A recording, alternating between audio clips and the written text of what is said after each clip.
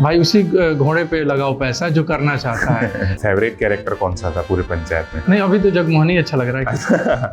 अगर उसका फोटो मिले कहीं देखेंगे आप, तो कमर जो है उसके हिसाब से ही था। चाय भी कीजिए आप, पहले बताना चाहिए था आपको। 19 साल में आपने ये लिखा और इतना हिट, बड़ा हिट हुआ ये प्ले कि मैं रातों रात चर्चा में आ गया कि ये कौन आ गया है, ये क्या कर रहा है। मतलब आप कोई भी ये नहीं कह पाओगे कि यार इसका कम हिस्सा है। उसमें एक बांस आया है, मैं बोला बांस हिट है भाई। टीवीएफ को क्या चीज अलग बनाती है बाकी लोगों से?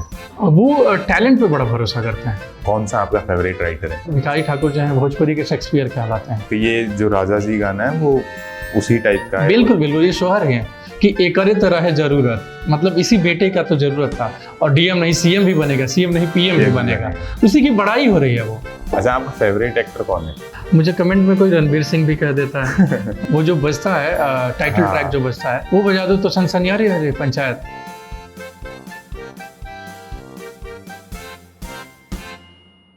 तो आप तो यहीं रहे ना दिल्ली कई साल? हाँ, दिल्ली ही रहा हूँ। तो नोएडा रहते थे हम लोग, साथ में ही रहते थे। अच्छा, पहले एक मेरे बड़े भाई साहब हैं वो, और ये गुड्डू जी और मैं तीनों साथ में ही रहते थे। तो थिएटर टाइम के यही लोग हैं सपोर्ट करने वाले। आपके बड़े भाई क्या करते हैं? वो डिजाइनर हैं, तो अभी काम कर रहे हैं उनके रिलायंस के साथ। अच्छा, डिजाइनर, वो फैशन डिजाइनर जो कपड़ों वाला। डिजाइनर। हाँ हाँ, सही है। तो हम लोग शुरू से ही वही वो लोग हैं कि चाहिए जो चाहिए। आपके भैया काफी सपोर्टिव रहे ना, मैंने देखा। बिल्कुल बिल्कुल, हाँ। मतलब ये हैं बड़े भाई साहब हैं, इन्हीं लोगों का सहयोग है। मंडी हाउस में मतलब मुझे खाना है, कुछ भी है, तो ये गुड्डू जी आ गए सैटरडे को, तो खिलाने के जो खाना है खाओ, लेकिन थिएटर करो, सीखो, जानो। बिहार में इन जनरल लोगों की एस्पिरेशन या तो सरकारी नौकरी साइड होती है, काम करो जाके। और हम लोग उसी बैकग्राउंड से आते हैं कि आप जो गार्जियन है तो यही सोच पाता है कि आप गवर्नमेंट जॉब ले लो, फौज का ले लो, मतलब उस नीचे स्तर वाली बात है, मतलब लोअर मिडिल क्लास। लेकिन वो बचपन से ही ऐसी चीजें रही, परवरिश ऐसा रहा, और वैसे ही लोग मिलते गए कि वो दिखाते गए रास्ता आपको। तो फिर आपका जब गोल बन जाता है ना, तो सारी कुछ मैटर नहीं करता, उसको फॉलो करते हैं आप किसी भी सिचुएशन। और खुद भी अपन ईमानदारी से करने लगते हैं, आई थिंक बाकी लोग भी फिर उतने ही सपोर्ट। हाँ बिल्कुल बिल्कुल, उनको अगर दिखती है कि हाँ ये जेन्युइनली यही चाहता है। हाँ, तो मैं ऐसे कहता भी था घर पे कि या जो जानने वाले हैं कि भाई उसी घोड़े पे लगाओ पैसा जो करना चाहता है। तो तुम मदद कर दो यार, करो लोग, क्योंकि ये घोड़ा सक्सेस हो जाएगा, एकदम सही दिशा में है। और उस टाइम पे ऐसे पैसे वगैरह का इश्यू रहता था? आप यहाँ रहते थे दिल्ली वगैरह? तो शुरुआती दिनों में था, क्योंकि किसी के पास जॉब नहीं था, मेरे बड़े भाई के पास नहीं था। तो हम लोग अब उस समय क्या हुआ कि रिटायरमेंट हो गया था पापा का, 2014 के या 13 हाफ में हो गया था उनका, जब मैं दिल्ली के लिए सोच ही रहा था जाऊँ। तो एक नॉर्मल जब जॉब में होते हैं आप, हेल्पर 1 करके है सिग्नल डिपार्टमेंट में, आपका का जो पदनामा था, अब उसको जो आगे चल जूनियर इंजीनियर भी कहा जाता है, लेकिन वो पढ़े लिखे नहीं थे, मतलब उनका जो है ट्रांसफ़र वो होके हुआ था, प्रमोशन होके, तो 12th ही पास थे वो, तो रेलवे में हुआ था, तो उनका हाईएस्ट पद वही था, क्योंकि पढ़े होते तो फिर इंजीनियर में जाते वो। और हम लोग छोटे बच्चे थे, तो वो पोस्टिंग भी ज़्यादा नहीं ले रहे थे, क्योंकि देखभाल करना है, बच्चे छोटे हैं, और लेट पैदाइश है हम लोग की काफ़ी। एक तो हो रहा था कि बच्चे नहीं हो रहे हैं, तो काफ़ी देर बाद, तो मुझसे जो बड़ी बहन है ना, वो 10 साल बड़ी है जी। अब वो मतलब शादी के पापा के साथ 14-15 साल बाद वो पैदा हुई होगी। तो छोटे थे तो पापा पोस्टिंग नहीं लेते थे कि बच्चों को देखना है, तो उसकी वजह से भी प्रमोशन नहीं हुआ उनका। लेकिन जब मैं दिल्ली आ रहा था ना, तो हुआ क्या कि भैया को तो पैसा भेजा ही जा रहा था। तो आपको पता है कि कितना पैसा खर्च होता है, एक लड़के को इंजीनियर बनाना है या फैशन डिजाइनर बनाना, तो काफ़ी पैसा खर्च होता है। और जहाँ से हम लोग आते हैं वहाँ तो हिम्मत ही कर सकते हैं, और जुगाड़ से और अपनी हिम्मत से वो चीज़ें कर सकते हैं, क्योंकि उतना भी पैसा नहीं होता। लेकिन मेरी छोटी बहन जो है, जो मुझसे 3 साल छोटी है, वो बड़ी हिम्मत वाली लड़की है। हमेशा जब मैं फंसता हूँ वही जो है सपोर्ट करती है। तो उसने कहा कि अच्छा ठीक है जाओ, मैनेज कर लेंगे हम लोग, जितना भी पैसा मैनेज कर लेंगे, मैनेज तो कर ही सकते हैं ना। तो उसने उस समय भी पूछ किया, और मैं दिल्ली आ गया। तो दिल्ली आया तो यहीं एक ममूरा करके जगह है नोएडा में, तो वहाँ रुका। तो वहीं बड़े भाई साहब रहते थे, और उनका पढ़ाई ख़त्म ही हुआ था, जॉब की अब तलाश में थे। तो जॉब की तलाश में वो भी इधर उधर घूम रहे थे, तो उनको भी पैसा चाहिए जाने का आने का। तो हुआ क्या कि लिमिटेड पैसा है, तो जो पीजी ऑनर था उससे बात की हम लोग कि देखिए ऐसा ऐसा बात है। तो उन्होंने कहा कि अच्छा ठीक है, इसका जो है खाने का केवल पैसा दे दो, फ्री में रखते हैं इसको। अच्छा।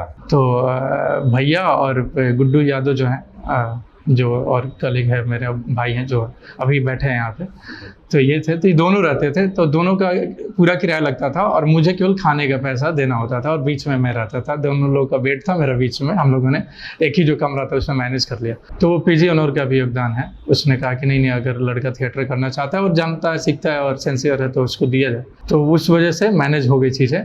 तो मेरे पास उस समय इतना ही पैसा होता था कि 10 रुपये ममूरा से नोएडा सिटी सेंटर ऑटो का, फिर मेट्रो से न्यू दिल्ली वहाँ पे मंडी हाउस, ये रोज का था।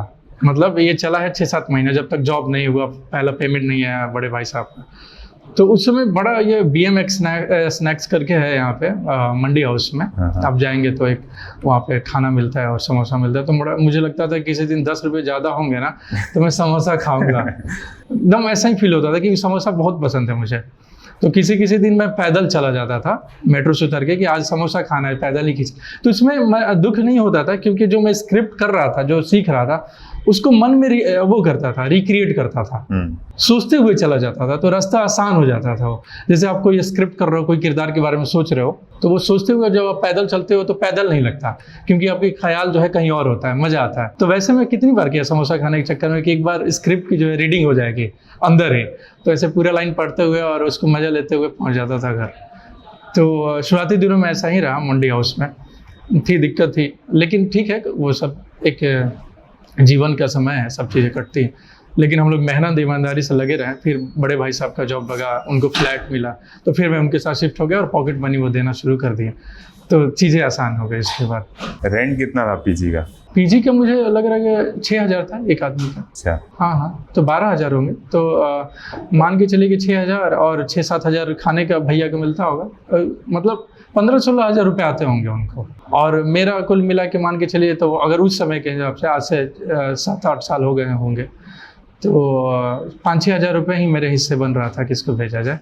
हाँ, इतना ही बन रहा था, कुछ खाने का देके कुछ 1-2 हज़ार जो मेट्रो का किराया और हाँ। तो कैसे भी मैनेज कर रहे थे हम लोग। अच्छा, ये ऐसी चीज़ों से जो भी अपने लाइफ एक्सपीरियंसेस होते हैं, इनसे उसमें कितनी हेल्प मिलती है जब अपन कैरेक्टर प्ले करते हैं किसी का, उनमें कितनी हेल्प मिलती है ऐसे एक्सपीरियंसेस? बहुत मिलता है। मैं ऐसे ही सीखा हूँ, सड़कों पे घूम के, सड़कों का धूल फाक के, क्योंकि जब मैं आरा शहर में था ना, तो एमेच्योर थिएटर ग्रुप थे जो, और मुझे आरा शहर में तो मैं जिक्र जरूर करूँगा उनका, क्योंकि मैं जब 7th में था तो मेरे पहले गुरुजी हुए जो अभिनय के बारे में बताना और समझाना शुरू किया, श्री चंद्रभूषण पांडे नाम है उनका। तो उन्होंने मुझे पहली बार जो है नाट्य शास्त्र से भी अवगत कराया कि ये है, और प्रॉपर अगर तुम्हें ट्रेनिंग लेनी है और एक्टिंग करना है तो ऐसे जाना पड़ेगा, क्योंकि सीखना, जानना, समझना पड़ेगा, क्योंकि ऐसे हवा में नहीं होगी चीज़ें। तो उन्होंने मुझे वर्कशॉप दिया वहाँ पे और चीज़ें बताई कि ऐसे अभिनय होता है, ऐसे चीज़ें होती हैं, ऐसे बड़े बड़े नाटक है, इसको तैयार करो, इसको पढ़ो, पहले अपनी हिंदी ठीक करो। तो ये 7th में, क्योंकि 7th का बच्चा क्या पढ़ता है स्कूल में, नॉर्मल सी चीज़ें होती हैं, जो स्कूल का सिलेबस बड़ा वो होता है, उसके आगे तो कुछ, और जब वो सारे प्लेस थे वो मुझे लगता है ग्रेजुएशन बाद ही लोग कर पाते होंगे वैसे प्ले, लेकिन उनका योगदान रहा कि उन्होंने मुझे अवगत करा दिया इन सारी चीज़ों से, और मैं लग गया।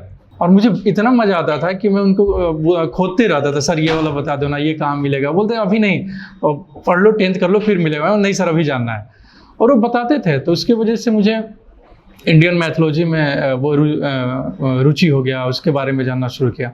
तो उसी समय एक धर्मवीर भारती के नाटककार हैं, उनका बहुत बड़ा प्ले है अंधा युग, जो मैं सब जगह जिक्र कर रहा हूँ, क्योंकि मुझे वो बड़ा वो है कि जब आप परफॉर्म करते हो, लोग आपको तारीफ करते हो, याद रह जाता है कि वो बड़ा ऐसा था। क्या है उसकी कोई शॉर्ट में आप बता सको? हाँ, उसमें एक स्पीच था अश्वत्थामा का, जो मैं परफॉर्म करता था, और चंद्रभूषण सर ने ही तैयार करवाया। आप कर सकते हैं अभी? नहीं, मैं सब जगह यही कर रहा हूँ, मैं आपको दूसरा कुछ करके दूसरा करेंगे, लेकिन अभी बात चल रही है, धीरे धीरे। हाँ, तो वो करता था मैं, तो आरा शहर में फेमस था कि विशाल यादव मतलब अश्वत्थामा होता है, ऐसी स्थिति थी। तो जो एलिट क्लास था वो तो प्यार करता ही था कि इतना छोटा बच्चा इतनी हिंदी अच्छी और इतना जो है कैसे याद कर गया, कैसे बोल रहा है, तो तारीफ करते ही थे, उनके लिए शौक भी था कि यार स्कूल के सिलेबस ये अश्वत्थामा परफॉर्म करता है और वो रोता है, चीखता है, चिल्लाता है। तो एलिट क्लास तो बहुत प्यार कर रहा था, लेकिन जो ऐसे भी लोग थे वो भी प्यार कर रहे थे, क्योंकि उनको ड्रामा देखने को मिलता था कि कुछ अलग करता है, क्योंकि अब ड्रामा ही तो पसंद आता है ना सारी चीज़ें, और छोटे शहरों में तो वो उनको ऐसे भी पसंद आता था, भले वो लाइन समझ में आए या ना आए, लेकिन कुछ करता है। ड्रामा करता है, चीखता है, चिल्लाता है, तो काफ़ी लोग पसंद करते थे मुझे वहाँ पे, और उस समय फेमस था वहाँ पे। जो चंद्रभूषण सर ने मुझे ट्रेंड किया था वहाँ, तो उसी समय मेरे पिताजी और चंद्रभूषण पांडे सर का योगदान है। मेरे पिताजी कहा करते थे कि तुम्हें जितना बड़ा बनना है, जितना ऊपर जाना है, उतना नीचे जाना पड़ेगा। हाँ, ये लाइन थी उनकी उसी दरमियान, क्योंकि उनको लगा कि इंग्लिश मीडियम में पढ़ रहा है और हिंदी सीख रहा है, तो अपना कल्चर ना भूले, सारी चीज़ें सीखे। लेकिन जहाँ जिस गांव में था वहाँ कल्चर जो है वैसे नहीं था, जो प्रॉपर बिहार का कल्चर। तो मुझे छूट दिया गया, और मेरे पास उसी समय मैं बाइक चलाना शुरू कर दिया। ड्राइविंग लाइसेंस नहीं था मेरे पास एक सेकेंड हैंड बाइक थी, तो वो लेके मैं घूमता रहता था, और बड़ा कम पैसे, माइलेज बड़ा अच्छा रहता था वो गाड़ी। तो मैं गाँव घूमता था, कभी कभी साइकिल से घूमता था, जाता था जो पास में गाँव है, और बहुत सारे ऐसे लोगों के पास जाता था जहाँ से सीखने का और समझने का मौका मिले। तो जो फोक हमारा संगीत है, नृत्य है, गायन है, सब कुछ मैं सीख रहा था निरंतर। तो मुझे याद है, जैसे बहुत जो भोजपुरी से रिलेटेड होंगे लोग वो जान पाएंगे कि एक पूर्वी गायन है। तो पूर्वी की शुरुआत पूर्वी की तो महेंद्र मिश्र ने किया था, लेकिन एक बहुत बड़े राइटर थे पूर्वी में, हनुमान पाठा नाम था उनका। आज की युवा पता नहीं रिलेट करे कि नहीं, लेकिन मैं खोजते रहता था कि कितना पुराना, मुझे सब कुछ जानना। तो मैंने खोजा, उनके घर गया, वो है नहीं, काफ़ी पहले इस दुनिया से चले गए हैं, लेकिन उनके बारे में जानना था, सीखना था, समझना था। तो मैं गया, तो हनुमान पाठा का लिखा हुआ पूर्वी, ऐसे उस समय माना जाता था कि अगर किसी को सिंगर बनना है तो हनुमान पाठा के पूर्वी गा के पहले दिखाए वो। ये मानक था कि ये हनुमान पाठा का। तो मैं वो सीखा, जाना कि नहीं मुझे भी आना चाहिए, क्या है, मुझे हिंदी करना है, इंग्लिश करना है, लेकिन अपना चीज़ जो है उसको छोड़ना नहीं है। ये पापा के कारण हो रहा था। उसी समय में भिखारी ठाकुर के सारे नाटक, भिखारी ठाकुर जो हैं भोजपुरी के शेक्सपियर कहलाते हैं, नाटककार, बहुत बड़े नाटककार, आज़ादी के पहले। उनको राय बहादुर भिखारी ठाकुर का सम्मान भी दिया गया था, राय बहादुर का सम्मान ब्रिटिश गवर्नमेंट ने दिया था। तो उनके बहुत सारे प्लेज, बहुत सारे म्यूज़िक, जो ये आप सोहर सुन रहे हो आप हमारे ही सीरीज़ में, ये सब कुछ मैं पहले अपनी माँ से सीखा था। ये सोहर मुझे पहले आता था ये, क्योंकि अपनी माँ मेरी सोहर गाती है, उसको शादी गीत भी आता है। तो ये सारी कुछ जो मैं सीख रहा था एक अभिनेता बनने की तैयारी के लिए। जैसे हम जो भोजपुरी लोग नहीं है उनको थोड़ा समझा सकते हैं ये सोहर क्या है? सोहर बेसिकली उस समय गाया जाता है कि जब बच्चा पैदा होता है किसी के घर में, तो उसके खुशी में गाया जाता है। छठियार होता है, अलग अलग एक फेस्टिवल मनाया जाता है, और सब लोग को बुलाया जाता है और खाना खिलाया जाता है कि हमारे यहाँ बच्चा हुआ है, बड़ा खुशी की बात है। तो वो खुशी के लिए जो गाना गाया जाता है ना, वो सोहर है। तो ये जो राजा जी गाना है वो उसी टाइप का है? बिल्कुल बिल्कुल, ये सोहर है कि एकरे तो रहे जरूरत, मतलब इसी बेटे का तो जरूरत था। अब ये जो बेटा पैदा हुआ है, अब डीएम नहीं सीएम भी बनेगा, उसकी तारीफ हो रही है कि मेरे घर जो ललना आ गया है, ललना मतलब बेटा जो है लाल, तो अब ये आ गया है और इसी की तो ज़रूरत है। अब ये आगे चल के बड़ा नाम करेगा, हमारे कुल का नाम करेगा, हमारा नाम करेगा, और डीएम नहीं सीएम भी बनेगा, सीएम नहीं पीएम भी बनेगा, उसी की बड़ाई हो रही है वो। तो ये सोहर है, और ये ट्रेडिशनल है चीज़ें, इसलिए लोगों को ज़्यादा कनेक्ट कर पा रही है, क्योंकि रूटेड है। वो भाषा लोग जानते हो या ना जानते हो, फिर भी कनेक्ट कर जा रहे हैं, यही प्रभाव है, अपनापन लगता है। अपनापन लगता है। तो ये सारा कुछ मैं सीख रहा था, जो अभी मुझे काम आ रहा है। हिंदी थिएटर और इंग्लिश थिएटर के बारे में जान रहा था, कर रहा था, लेकिन ये भी सीख रहा था अपने पापा के कहने की वजह से, क्योंकि उनका साफ साफ कहना था कि जितना तुम्हें ऊपर जाना उतना नीचे जाना पड़ेगा, तो सीखो, यही समय है। क्योंकि फिर दिल्ली कह रहे हो, दिल्ली जाओगे तो आ नहीं पाओगे, तो स्कूल टाइम में भी जब भी तुम्हें टाइम मिलता है, लो और जाओ, समझो लोगों को, सीखो। तो सारा एक्सपीरियंस बिल्कुल काम आता है। जैसे मैं सोहर का जिक्र किया, मुझे समझ है, तो इस गाने को जब मैं सुन रहा था पूरी तरीके से समझ सकता हूँ और समझा सकता हूँ, और इसको एक्ट कर सकता हूँ, क्योंकि मेरे पास है वो एक्सपीरियंस है, वो जो बचपन में लिया हो। तो बहुत सारे एक्सपीरियंस ही तो है जो रियल लाइफ का जो है आप रियल लाइफ में कन्वर्ट करते हो अपनी क्राफ्ट के थ्रू। आपने पंचायत से पहले किसी और सीरीज में काम किए? जी, फिल्म किया था ड्रीम गर्ल 2, और बहुत छोटे छोटे काम किए, क्योंकि मुझे जो करना था उसमें शॉर्ट लिस्टेड हो रहा था। मुझे क्लियर था, क्योंकि यहाँ अभी था मैं मंडी हाउस में, तो थोड़ा चर्चा में था, नाम था कि अच्छा एक्टर है, अच्छा करता है, तो वैसे चीज़ें थी। तो मैं वहाँ गया, तो पहले तो छोटे रोल में ऑडिशन शुरू हुआ, जो सब लोग कि हाँ सर मैं एक्टर हूँ, अभी भी करता हूँ, जो लोग नहीं जानते हैं कहता हूँ सर मैं एक्टर हूँ, मुझे काम दिया जाए, बताता हूँ अपने बारे में। तो जो लोग पहले जानना शुरू किया, तो छोटे रोल में ऑडिशन किया उन लोगों ने, तो परफॉर्मेंस देख के उन लोगों को लगा कि यार अच्छा करता है, इसको बड़े रोल में भी टेस्ट किया जा सकता है। तो फिर बड़ा रोल, जो प्राइमरी पार्ट बोलते हैं कमर्शियल सिनेमा में, या कहीं कहीं तो मेन लीड का भी अभी भी चल रहे हैं, भगवान की कृपा से चीज़ें जैसे हो, सब प्रभु की कृपा है। तो चल रहा था, तो बहुत सारे ऐसे प्रोजेक्ट में शॉर्ट लिस्टेड हो रहा था। अब वो स्टार का नाम लूँगा तो आप चौंक जाएंगे, लेकिन नाम लेना उचित नहीं होगा। जो हमारे हिंदी फिल्म इंडस्ट्री के हैं बड़े बड़े स्टार हैं जिनके साथ शॉर्ट लिस्टेड हो रहा था, और उस समय मैं खुश भी हो रहा था। और यारी रोड जहाँ रहता मुंबई में घूमता था कि आहा अब इनके साथ काम करूँगा, ये बड़े स्टार के साथ करूँगा। और जो सीनियर मिलते थे उनसे खुश होकर बोलता था कि दादा इसमें शॉर्ट लिस्टेड हो गया, अब बस अब उस एक्टर के साथ काम करना है। तो ऐसी चीज़ें हो रही थी, तो खुश भी हो रहा था, लेकिन वो सिलसिला लंबा चलता गया और शॉर्ट लिस्टेड नहीं हो रहा था और फाइनल नहीं हो रहा था। बस यही लोग बोलते थे कि बड़ा अच्छा एक्टर है, तो नेक्स्ट टाइम काम करेंगे, बेस्ट ऑफ लक। तो बेस्ट ऑफ लक तो ऐसा हो गया आगे चल के ये शब्द मेरे लिए कि ना नहीं होगा। तो मैं डर जाता था कि बेस्ट ऑफ लक ना बोल दे या मैसेज में ना लिख दे कि बेस्ट ऑफ लक। तो मैं डर गया था कि यार बेस्ट ऑफ लक ना आ जाए, क्योंकि बड़ा मुश्किल से किसी प्रोजेक्ट में आप शॉर्ट लिस्टेड होते हो, ऑडिशन करते हो, कितने राउंड, फिर मीटिंग होती है, चीज़ें होती हैं, तो 2.5-3-4 महीने का प्रोसेस हो जाता है वो। तो मेरे साथ तो कभी कभी 2-2 प्रोजेक्ट में चल रहा हूँ एक ही साथ, तो वैसा होता था, लेकिन फाइनल नहीं हो रहा था। तो उस दौरान छोटे छोटे काम मुझे मिल रहे थे, तो मैं वो भी मौका छोड़ना नहीं चाहता था, क्योंकि मुझे पता था कि मुझे कोई नहीं जानता है, मुझे प्रूफ भी करना है। तो सोच रहा था कि अगर ये रोल में जाता हूँ तो मेहनत ईमानदारी से करूँ, ताकि डायरेक्टर की नज़र में आ जाऊँ या प्रोड्यूसर की नज़र में आ जाऊँ या कोई एक्टर के ही नज़र में आ जाऊँ, या किसी फिल्म में बोल दे कि यार कि ये एक्टर मेरे साथ काम किया था और अच्छा किया था, तो उसको थोड़ा ऑडिशन कर ले या देख ले। मेहनत यही मेरी वो थी उस सोच कि मैं करूँ, क्योंकि मैं डायरेक्टर की नज़र में आ जाऊँ। और मैं ड्रीम गर्ल 2 किया, उसमें ऑडिशन किसी और रोल के लिए किया था, लेकिन ठीक है, अपना अपना है। फिल्में कमर्शियल होती हैं और चेहरा भी देख के सारी चीज़ें होती हैं, और वो सही बात भी है, क्योंकि उद्योग है ये सिनेमा। बिल्कुल। तो मुझे भी समझ में आया, तो दुख नहीं हुआ, ठीक है, अच्छी बात है। एक दिन समय आएगा कि कोई ट्रस्ट करेगा और आपके साथ काम करेगा। तो उन लोगों को अच्छा लगा, तो कास्टिंग वाले और डायरेक्शन टीम से आया कि यार अच्छा करता है, इसको बोलना एक रोल है, करेगा। तो मैं तो मौका छोड़ना ही नहीं चाहता था ना, कि किसी भी सूरत में मुझे सेट पे बुला लो। तो एक दिन का काम है, वो रेस्टोरेंट का सीन है जिसमें विजय राज सर और आयुष्मान खुराना जो हैं बैठे हुए हैं, और बीच में मैं आ जाता हूँ। उनका ऑरेंज गिर गया होता है, तो बोलते हैं कि ऑरेंज लेके आना, तो मैं जूस लेके आ जाता हूँ। बड़ा फनी सा सीन है वो। तो जो भी कास्टिंग वाले थे वो सीन की सराहना की है कि अरे अच्छा कर गया यार, बढ़िया कर रहा है।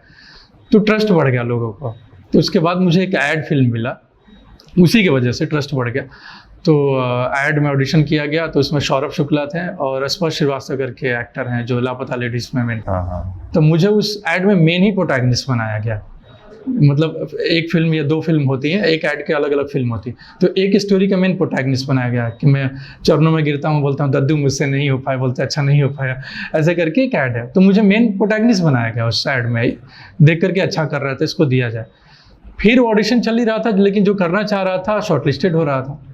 तो लगभग 1 साल पहले की बात है कि अचानक मेरी माँ की तबीयत खराब हो गई, और हुआ कि उसको पैरालिसिस मार दिया।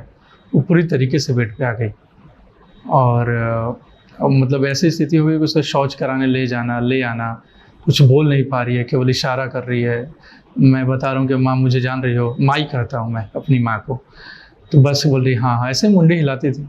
अभी धीरे धीरे इम्प्रूव हो रहा है, मतलब ऐसा है कि अब हंसती है और चीज़ें होता है। तो मेरे लिए बड़ा कष्ट का समय था वो, क्योंकि जो माँ आपको सब कुछ देकर एक्टर बनाती है, सहयोग उसका बड़ा रहा। पढ़ी लिखी नहीं है वो, 5वीं या 6ठी क्लास तक पढ़ी हुई है, और केवल अपना नाम लिख पाती है, आप ये मान के चलें। क्योंकि जिस समय वो थी, उस समय बिहार में जो भी उपलब्ध नीचे बैकग्राउंड का जो लोग होते हैं उतना ही पढ़ी लिखी है, लेकिन वो समझदार बहुत है। उसने कहा कि नहीं ठीक है, लेकिन हमारे बच्चे अच्छे स्कूल में पढ़ेंगे, अच्छी तालीम लेंगे और अच्छा करेंगे। तो उसका सहयोग बड़ा रहा है। उसी ने मुझे अच्छे स्कूल में हम लोगों को एडमिशन करवाया। मुझे प्लेज के लिए मुझे याद है कि स्कूल में जब नाटक करता था तो वो कॉस्ट्यूम खरीद के लाती थी मेरे लिए, कि मैं बोलता था कि माई धोती चाहिए, तो बोलते अच्छा आ जी, धोती खरीद के लाती, का नाटक बनूँ, हाँ ठीक। तो ऐसे सपोर्ट रहा माई का। तो जब मैं मुंबई था और नहीं मिल रहा था, और वही माँ बेड पे है, तो लग रहा था यार अब करूँगा भी तो किसको दिखाऊंगा, क्योंकि इसको दिखाना बड़ा ज़रूरी है। तो मेरे लिए बड़ा कष्ट का समय था वो, और मैं हताश हो गया कि यार मुंबई में काम नहीं मिल रहा है और इधर माँ की तबीयत खराब। ये कौन से टाइम ईयर की बात है? जस्ट 1 साल पहले की, होली के समय। हाँ, ये शूट भी हम लोग 1 साल पहले, इसी मंथ में शूट चल ही रहा था जब चल रहा है, और मतलब 2 महीने का शूट होता है। तो मेरा पार्ट आ गई था, तो होली के आसपास का समय है। तो होली में जो होता है, रंग में भंग पड़ गया था हमारे पास घर पे। तो मैं गया और बड़ा वो था, निराश था कि अब क्या किया जाए, क्योंकि दोनों भाई हम लोग घर से बाहर हैं। तो एक जवान बेटे का रहना बड़ा ज़रूरी है घर पे देखभाल करने के लिए। और पिताजी भी बुजुर्ग हैं तो उनको भी सहारा चाहिए, क्योंकि बुजुर्ग में हैं तो उनको भी बहुत सारी चीज़ें हैं, और घर पे एक छोटी बहन है। तो मुझे लगा कि अब क्या किया जाए, बड़ा उसमें था मैं कि दुख भी हो रहा था सामने स्थिति देखकर, और मन जो है वो भी रखा था कि मुंबई में काम नहीं मिल रहा है, शॉर्ट लिस्टेड हो रहे हैं, तो बड़ा हताशा हुई। लेकिन उसी समय फिर से मेरी छोटी बहन जो है उसने कहा कि ये परिस्थितियाँ हैं, ऐसे ही चलेंगी, होगा, हम लोग अपने से तो ठीक नहीं कर सकते, प्रोसेस है, चीज़ें हैं, तो इससे को मैनेज कर सकते हैं, हम लोग मैनेज करके चीज़ें चल सकते हैं और कर सकते हैं जो हमारे हाथ में है। तो दवा हुआ तो चलेगा, धीरे धीरे लंबा प्रोसेस है, चीज़ें चलेगा, तो तुम अपना समय खराब मत करो, तुम मुंबई जाओ, क्योंकि लोग तुम्हें जानने लगे हैं, पहचानने लगे हैं, शॉर्ट लिस्टेड होते हो, तो ये बड़ी बात है क्योंकि हम लोग जहाँ से जाते हैं और मुंबई में तुम बड़े बड़े ये प्रोजेक्ट में शॉर्ट लिस्टेड हो रहे हो, बड़े प्रोडक्शन हाउस तुम्हें जानने लगी है, तो किसी एक दिन तो आएगा कि कोई डायरेक्टर बोलेगा कि ये रोल विशाल ही करेगा। उसका यही शब्द था कहना।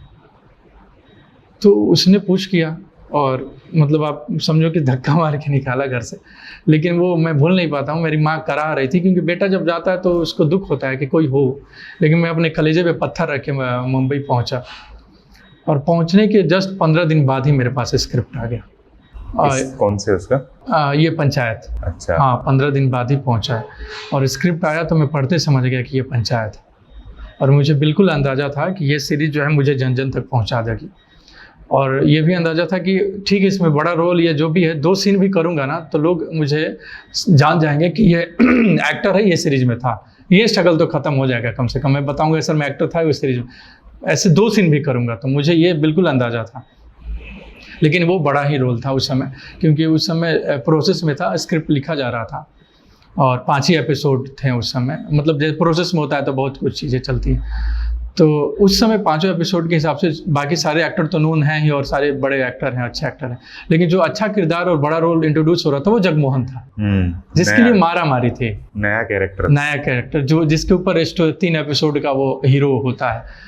तो इतने बड़े सीरीज में, जो भारत का नंबर 1 सीरीज है, उसमें आपको 2-3 एपिसोड में हीरो बनाया जा रहा है, तो मारा मारी बहुत था। तमाम ट्रेंड एक्टर NSD के हो, भारतीय हिंदी नाट्य अकादमी के हो, MPSD के हो, ऐसे बड़े बड़े इंस्टीट्यूशन के बच्चे, और हमारे जैसे जो गुरुजनों के चरणों में बैठ के अपने अनुभव से सीख के पहुँचे वहाँ पे। तो मैं वो समझ चुका था कि अब 100% से काम नहीं चलने वाला है, मुझे 150 से 200% देना पड़ेगा, क्योंकि सब लोग कोशिश करेंगे, ये अच्छा मौका है। और वही हुआ, मैंने जीतोड़ मेहनत किया, और 1 राउंड ऑडिशन हुआ, अच्छा लगा। ये कास्टिंग बे कंपनी है मुंबई में, जो ऑडिशन करती है, बहुत बड़ी कास्टिंग कंपनी है, और हिंदी के बड़े बड़े प्रोजेक्ट कास्ट करती है, और TVF के भी जितनी बड़े प्रोजेक्ट हैं वही कास्ट करती है। और इसको चलाते हैं अनमोल आहूजा, अभिषेक बनर्जी जो काफ़ी नोन एक्टर हैं, और वही है, उन्हीं का कंपनी है। और इसके जो प्रोजेक्ट के में जो लोग थे, एसोसिएट जो सहज भाई, और असिस्टेंट सूर्यांश भाई, और सचिन तिवारी भाई, इन लोगों का बड़ा योगदान है, क्योंकि मुझे ढूंढना, मुझे ऑडिशन करना, कि उनको लगा कि ये रोल ये कर पाएगा, बहुत सारी चीज़ें हैं, तो उनको भी एक लगता है ट्रस्ट कि ये रोल मैं करूँगा तो ये सेलेक्ट हो जाएगा, तो चीज़ें जल्दी हो जाएंगी, और जो भी है। तो ये टैलेंट जो भी कहें, ये कास्टिंग बे का ही खोज कहा जाएगा, क्योंकि शॉर्ट लिस्टेड और चीज़ें हो रही थी, लेकिन पहली बार मुझे TVF के पास उन लोगों ने ही ले गए और ऑडिशन किया, और बड़े अच्छे ढंग से किया। क्योंकि जब आप ऑडिशन करते हो तो को एक्टर की भूमिका बड़ा अहम होता है, कि आप अच्छे से लाइन नहीं दोगे तो मैं रिएक्ट नहीं कर पाऊंगा, अभिनय नहीं हो पाए। लेकिन वो लोग बड़ा प्रिपेयर थे, और लाइन इतना अच्छा दे पा रहे थे कि मुझे अभिनय करने में बड़ा मजा और बड़ा सहूलियत हो रहा था, अच्छे ढंग से परफॉर्म। TVF को आप जानते थे पहले से? नहीं, मैं ऑफिस जानता बिल्कुल था कि इतनी बड़ी TVF जो है कोटा फैक्ट्री बनाती है, बहुत सारे स्केचेस जो हैं, या पंचायत बनाती है, तो बिल्कुल जानता था। और ये जानता था कि अभी जो है TVF जो है कमाल कर रही है, तो इसके साथ हिस्सा होना बड़ा अपने आप में बड़ी बात होगी। तो ये भी मेरे लिए बड़ी बात थी कि TVF बना रहा है। कैसी लगी आपको TVF की टीम? बहुत बढ़िया लगी। मतलब सेट पे मैं गया तो इतने प्रिपेयर लोग हैं ना वो, कि आप मतलब एक शॉट चेंज होता है बीच में, तो बहुत सारे काम करते हो, अब तो अनुभव होता है कि थोड़ा टाइम लगता है, तो आप कॉफ़ी पीने लगे, लेकिन इतना प्रिपेयर्ड है लोग है ना, कि आप, क्योंकि एक्टर का मूड भी टूटता है, आप जिस सीन में हो फिर शॉट चेंज हो रहा है, तो सीन तो वही करने जा रहे हो ना, लेकिन शॉट के अनुसार फिर शॉट चेंज हो रहा है केवल। लेकिन इतना होता है, हाँ आइए जगमोहन जी करते हैं, अरे तो कमाल है, मतलब आप अभी उसी मूड में हो, फिर शॉट तो मज़ा आता है कि जिस मूड में हो शॉट कर गए आप, चीज़ें हो गई। तो इतना प्रिपेयर है टीम, और इतनी अच्छी सीरीज इसलिए बन पाती है कि सब गुणी लोग हैं, कैमरे के आगे और कैमरे के पीछे इतने अच्छे लोग हैं और इतने अपने काम में मेहनत ईमानदारी से करते हैं, तो उसका रिजल्ट भी दिखता है आपको। तो जिसके कमाल के राइटर हैं चंदन कुमार सर, क्योंकि स्क्रिप्ट इतनी अच्छी है कि एक्टरों को इतना मजा आता है करने में, तो उनका बड़ा योगदान है और उनको तहे दिल से शुक्रिया भी है कि इतना कमाल की राइटिंग कर रहे हैं। मेरी तरफ से तो बड़ा प्यार है। मतलब वो इतना, मेरे को पंचायत की जो सबसे अच्छी खासियत लगी कि आप अगर पूरी पंचायत देखोगे तो हर कैरेक्टर एक्चुअली मेन रोल है। बिल्कुल बिल्कुल बिल्कुल, मतलब आप कोई भी ये नहीं कह पाओगे कि यार इसका कम हिस्सा है। हाँ, हर ऐसा लगता है हर कैरेक्टर की मेन रोल है। हाँ। अभी उसमें मैं तो ऐसी बात कर रहा था, नहीं तो उसमें एक बांस आया है, मैं बोला बांस ईंट है भाई, क्योंकि लोगों को पता है कि एक रखा हुआ है उस पर, तो लोगों को वो भी पता है। आप कहीं कहे तो लॉ के समझ जाएगा, अच्छा पंचायत बीजीएम बजा दो, वो जो बजता है टाइटल ट्रैक जो बजता है वो बजा दो तो सनसनियारी अरे पंचायत। तो इस लेवल की लोकप्रियता और लोग पसंद करते हैं। टीवीएफ की खासियत भी रही है कि हर सीरीज का उनका एक म्यूजिक फेमस होता है। बिल्कुल बिल्कुल, एस्पिरेंट हो कोई भी, और उसी से समझ जाते हैं कि अरे ये तो वो है। और मेरे लिए एक और बड़ी बात है इस सीरीज में, मेरे लिए स्वानंद किरकिरे जो बहुत बड़े सिंगर और गाना लिखते हैं, वो बहुत बड़े हैं, और एनएसजी के नवाज भाई के बैचमेंट है, नवाजुद्दीन सिद्दीकी के बैचमेंट है 96 के, और बहुत गुणी है, बहुत टैलेंटेड।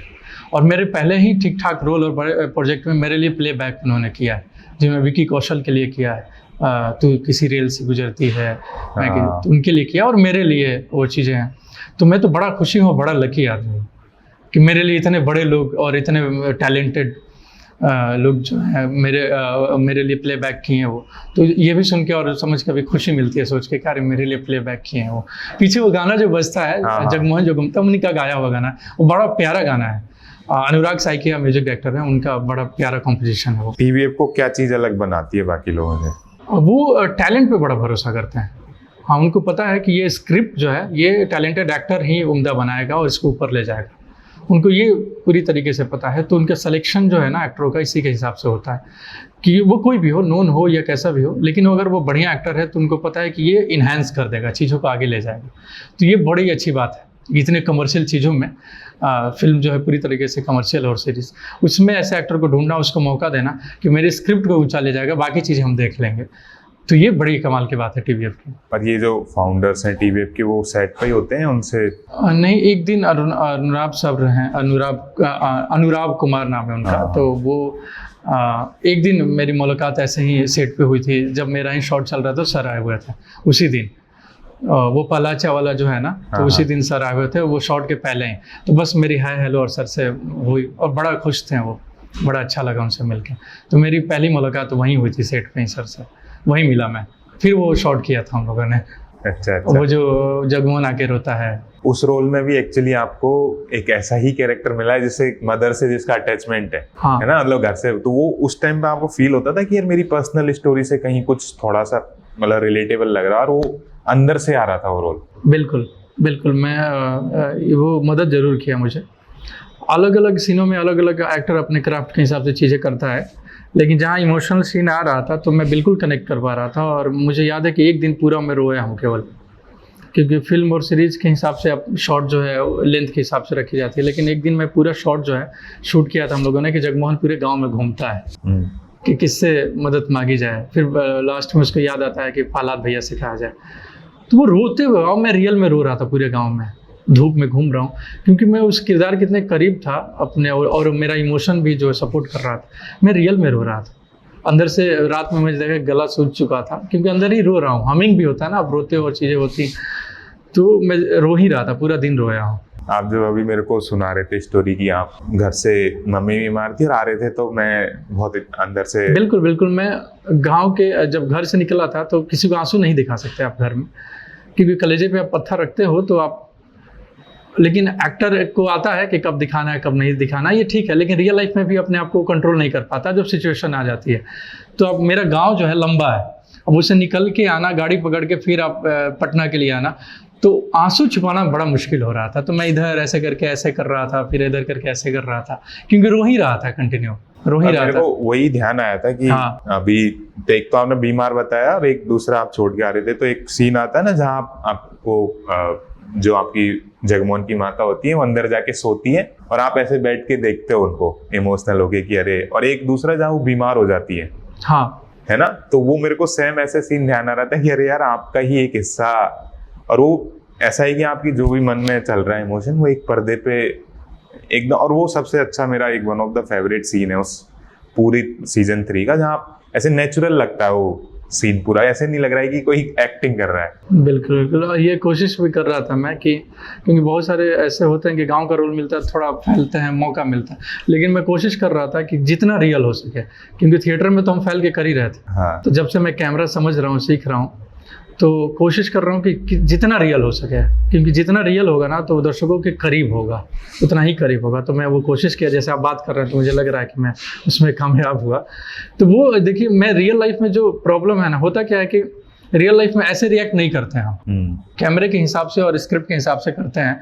रियल लाइफ में मैं कितना भी दुखी हूँ और कितना भी मुझे कष्ट है, लेकिन मैं हंस रहा हूँ और आपके साथ बात कर रहा हूँ, लेकिन वो दुख को उस किरदार के अनुसार रिक्रिएट करना है और उसके हिसाब से बनानी है चीज़ें, क्योंकि मेरा जो देश काल और जो भी है जहाँ से आता हूँ वैसा नहीं है। जगमोहन पूरा नीचे तबके का है, निचले तबके का है, मेरी परवरिश ऐसे हुई नहीं।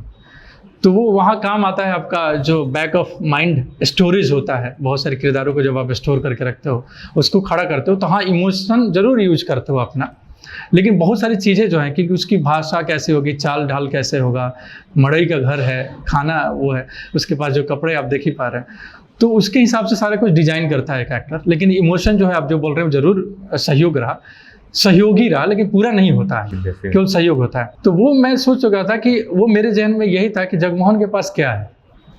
मेरे दिमाग में जो थॉट आ रहा था एज ए एक्टर स्क्रिप्ट पढ़ने के बाद कि उसकी अम्मा जो है वही बड़ी है उससे, और कोई नहीं। मतलब ओरिजिनल छत तो अम्मा ही है ना, और कोई तो है नहीं तो उसकी बीवी है, नहीं बच्चे हैं, तो ये तो कंक्रीट का छत है। ये कितना भी बड़ा मिल जाए और ओरिजिनल छत जो है नहीं रहे, तो उसके लिए तो जब जग सुना है, उसके घर में अम्मा ही है, इसलिए वो ज़्यादा बेचैन रहता है ज़्यादातर। क्योंकि और वो बेचारा इसमें भी है कि वो अंदर से ये करना नहीं चाहता, और अम्मा से इतना प्यार करता है कि उनको टार भी नहीं सकता, उनकी बातों को वो भी नकार भी नहीं सकता, उनका भी बात मान रहा है, और जो अंदर सोल है उसका प्योर, उससे भी लड़ रहा है कि यार ये तो मैं नहीं चाहता हूँ, ये कैसे हो रहा है। तो अनहोनी ना हो जाए ड्रामा में, जो क्रिएट किया अनहोनी ना जाए, तो उसकी वजह से वो किरदार जो है ज़्यादा बेचैन है।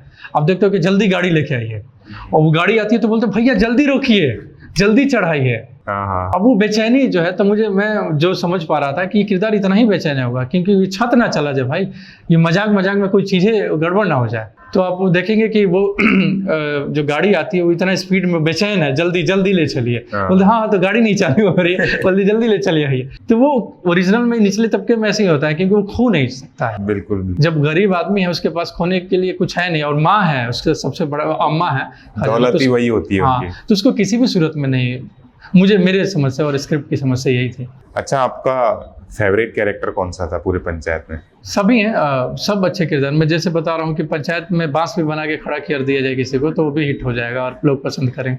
तो इतनी उम्दा सीरीज है और इतना लोकप्रिय नहीं, वो तो बिल्कुल जैसे मतलब उन्होंने लौकी तक में जान डाल दी है। हाँ मतलब उसको ही कैरेक्टर बना दिया है। लेकिन आपका कुछ किया मेरे को ये कैरेक्टर बहुत अच्छा लगा। नहीं, अभी तो जगमोहन ही अच्छा लग रहा है किसका। बड़े मजा आए करना, क्योंकि इसका इमोशनल जो है ना ग्राफ बड़ा स्ट्रांग है।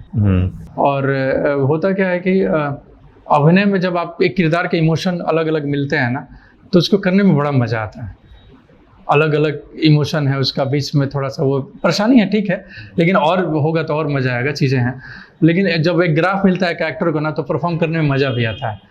अब पूरी सीरीज या कोई भी स्क्रिप्ट मिले एक ही ग्राफ में अभिनय करेंगे तो फिर उतना नहीं आता, लेकिन एक ग्राफ मिलता तो मज़ा आता है, किसको ऐसे करूँगा, इसको ऐसे करूँगा, यहाँ ऐसे रखूँगा, तो और मज़ा आता। बाकी सारे प्यारे हैं, मुझे कोई भी किरदार दिया जाएगा इसमें तो मैं खुशी खुशी और बड़ा ईमानदारी से निभाऊंगा, क्योंकि मैं एक एक्टर हूँ, जो मुझे काम दिया जाता है मैं जी जान लगा देता हूँ उसको जिंदा करने में और उसको करने में। तो मुझे कोई भी रोल दिया जाए, ऐसा नहीं है कि मुझे यही स्पेशल पसंद है, कोई भी दिया जाएगा तो मैं अपने जो भी मेरे पास है और चीज़ें हैं जी जान लगा कर उसको कोशिश करूंगा, ईमानदारी से करूँ। तो मेरा सब फेवरेट है, कुछ भी कर सकता हूँ मैं। और जीतू भैया कैसे हैं, मतलब वो उनके साथ काम करके कैसा लगा सेट पे? हाँ, बड़े अच्छे लोग हैं, बड़े प्यारे लोग हैं, इसलिए स्क्रीन पे भी अच्छे लगते हैं और बड़ा अच्छा हंसी मजाक और चीज़ें, और सब अपने अपने काम से ईमानदार हैं बिल्कुल। एकदम वो होता है क्या ये शॉर्ट करते हैं फिर हम लोग कैजुअल हो जाते हैं, तो बड़े सपोर्टिव लोग हैं। जो जितने भी एक्टर थे, और मेरे लिए तो ये भी एक बड़ी बात थी सेट पे, जीतू सर तो हैं ही, फैजल सर हैं, तमाम लोग हैं, दुर्गेश भैया हैं, बनराकस वो भी हैं, तो बहुत लोग, सबका प्यार। लेकिन मेरे लिए एक और बड़ी बात थी कि रघुवीर यादव सर हैं उस प्रोजेक्ट में, और मंडी हाउस में जब आप होते हो या होम टाउन में होते हो तो उनका नाम ज़रूर आप सुनते हो कि रघुवीर यादव थिएटर का बहुत बड़ा एक्टर और सिनेमा का भी। तो मनोज वाजपेयी जैसे आपको पता भी होगा कि मेरे कानों में डाला जा रहा था मनोज वाजपेयी सर का नाम, तो वो नाम हमेशा जो है रघुवीर यादव सर का लेते थे। तो मैं तो कहा कि रघुवीर यादव, तो फिर मैं इनको देखने, जानना, समझना शुरू किया, तो लगा अरे बाप, ये तो बाप आदमी है।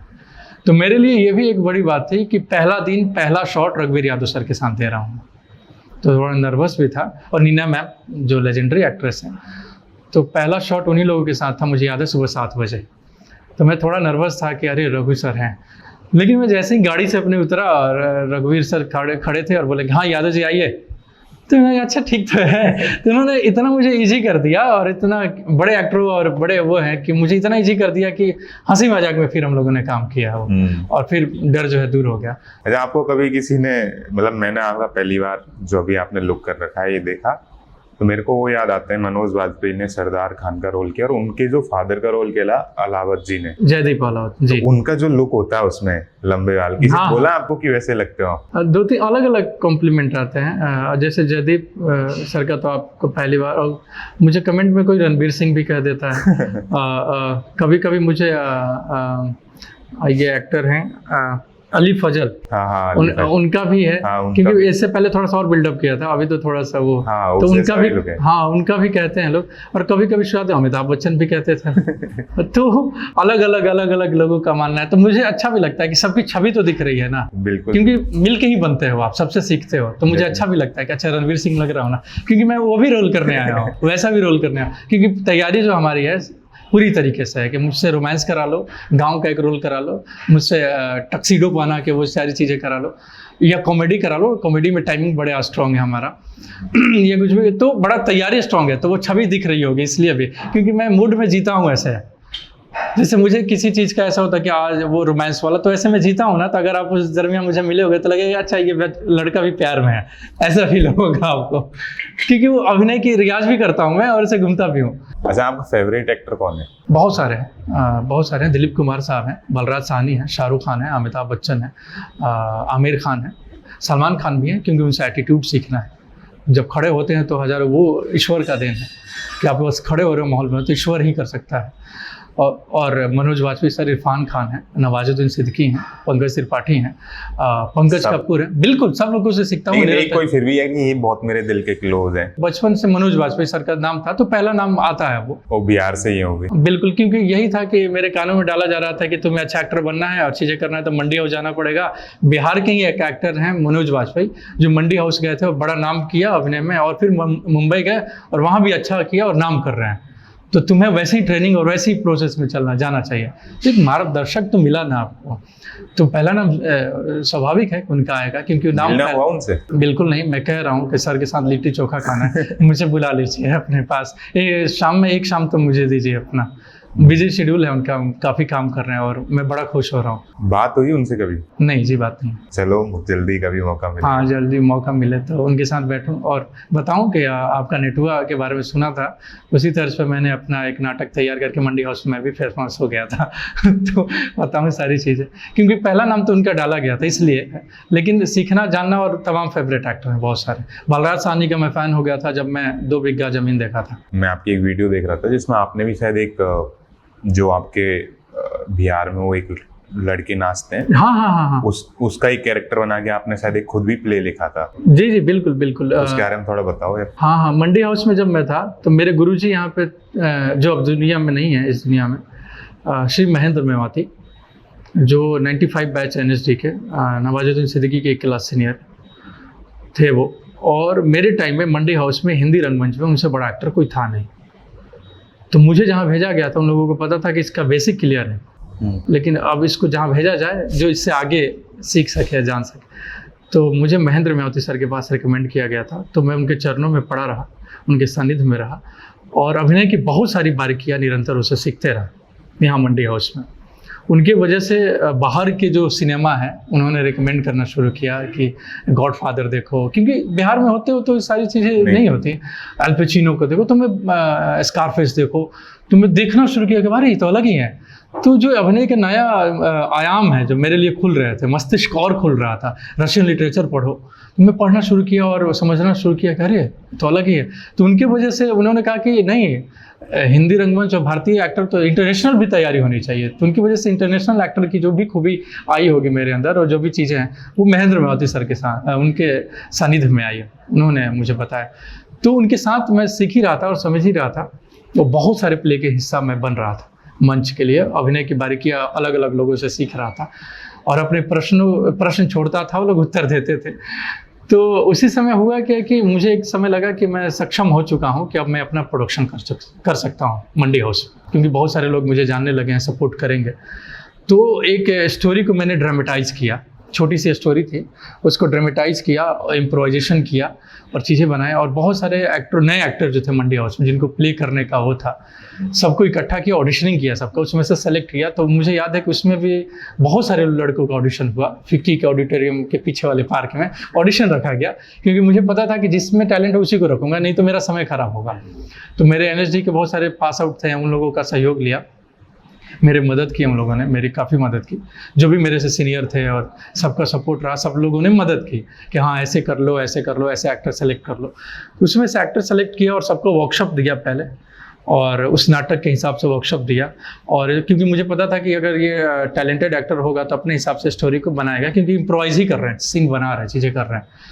फिर वो नाटक तैयार किया हमने और उसको ड्रामेटाइज करके 1.5 घंटे का नाटक जो है बनाया, एक छोटी सी स्टोरी को। और प्ले का नाम था चैत का लौंडा। और वो चैत जो मौसम होता है, होली के जस्ट बाद का जो मौसम होता है, जिसमें फसल कटती है, फसल जो किसान काटता है ना, उस मौसम को चैत बोलते हैं पूर्वांचल साइड में एक।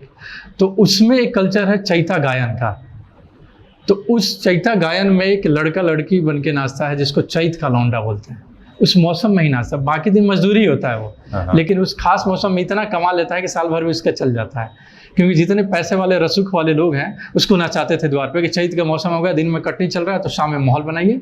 क्योंकि पहले इंटरटेनमेंट के साधन ज़्यादा नहीं था बिहार, यूपी और जितने भी पूर्वांचल साइड है, तो इंटरटेनमेंट का साधन यही था कि एक लड़का लड़की बन के नाचता था। और उसमें जितने भी पैसे वाले लोग थे वो प्रोग्राम कराते थे कि दिन भर तो कटनी कर ही रहे हैं लोग, आइए मेरे द्वार पे और रात में मजा लीजिए। तो उसमें जो लड़का नाचता है, घुरला करके एक लड़का किरदार था, घुरल, उसकी ये स्टोरी थी कि मजदूरी भी करता है और रात में नाश्ता भी है, उसकी कितनी दिक्कत है, क्या है। तो बड़ा इंटरेस्टिंग स्टोरी बना, वो बड़ा अच्छा स्टोरी बना और हम लोगों ने अपनी बुद्धि विवेक से बनाया था उसको। और मदद मिल रहा था क्योंकि निरंतर अपनी माँ से भी पूछा था कि वो गीत कैसा है, क्योंकि चैता उसमें गायन होना है सारे, और बजाने वाले को समझना, तो उनको बिहार से बुलाना, उनको अरेंज करना, उनको बताना कि ये बीट पे ये बजाना है, ये सीन के बाद ये बजाना है। और उस समय मैं आपको बताऊं कि मेरी उम्र 19 साल थी। 19 साल में आपने ये लिखा और हाँ जी बिल्कुल, क्योंकि मुझे याद है कि टीनेज मैं सीखने जानने में गवाया हूँ कि मुझे नहीं यही चाहिए तो यही कर, क्योंकि मुझे पता था कि मेरे पास सीखूंगा समझूंगा तो यही मेरे पास जो है दौलत रहेगा, बाकी कुछ चीज़ नहीं है जो मुझे सपोर्ट करेगा आगे चल के इस फील्ड में काम करना है। क्योंकि ना उतना पैसे से कोई सपोर्ट कर पाएगा ना कुछ, तो मुझे जो चीज़ चाहिए वो इसको इकट्ठा कर ही लो।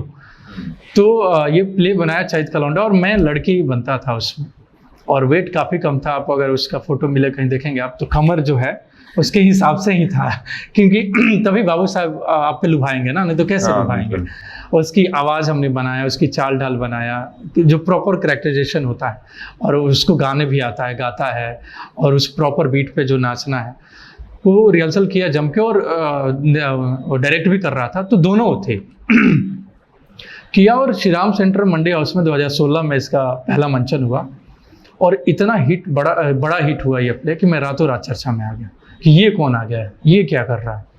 और रातों रात लोग मुझसे मिलने लगे, जानने लगे, मेट्रो में मिल जाते थे, अरे भैया आपका नाटक देखा, कमाल। 19 साल का लड़का, 19 साल का लड़का। और मैं रातों रात जिसको बोलते हैं ना चर्चा में आ जाना, और जिसको ही बोलते हैं हिट हो जाना, मंडी हाउस में मैं हिट हो गया।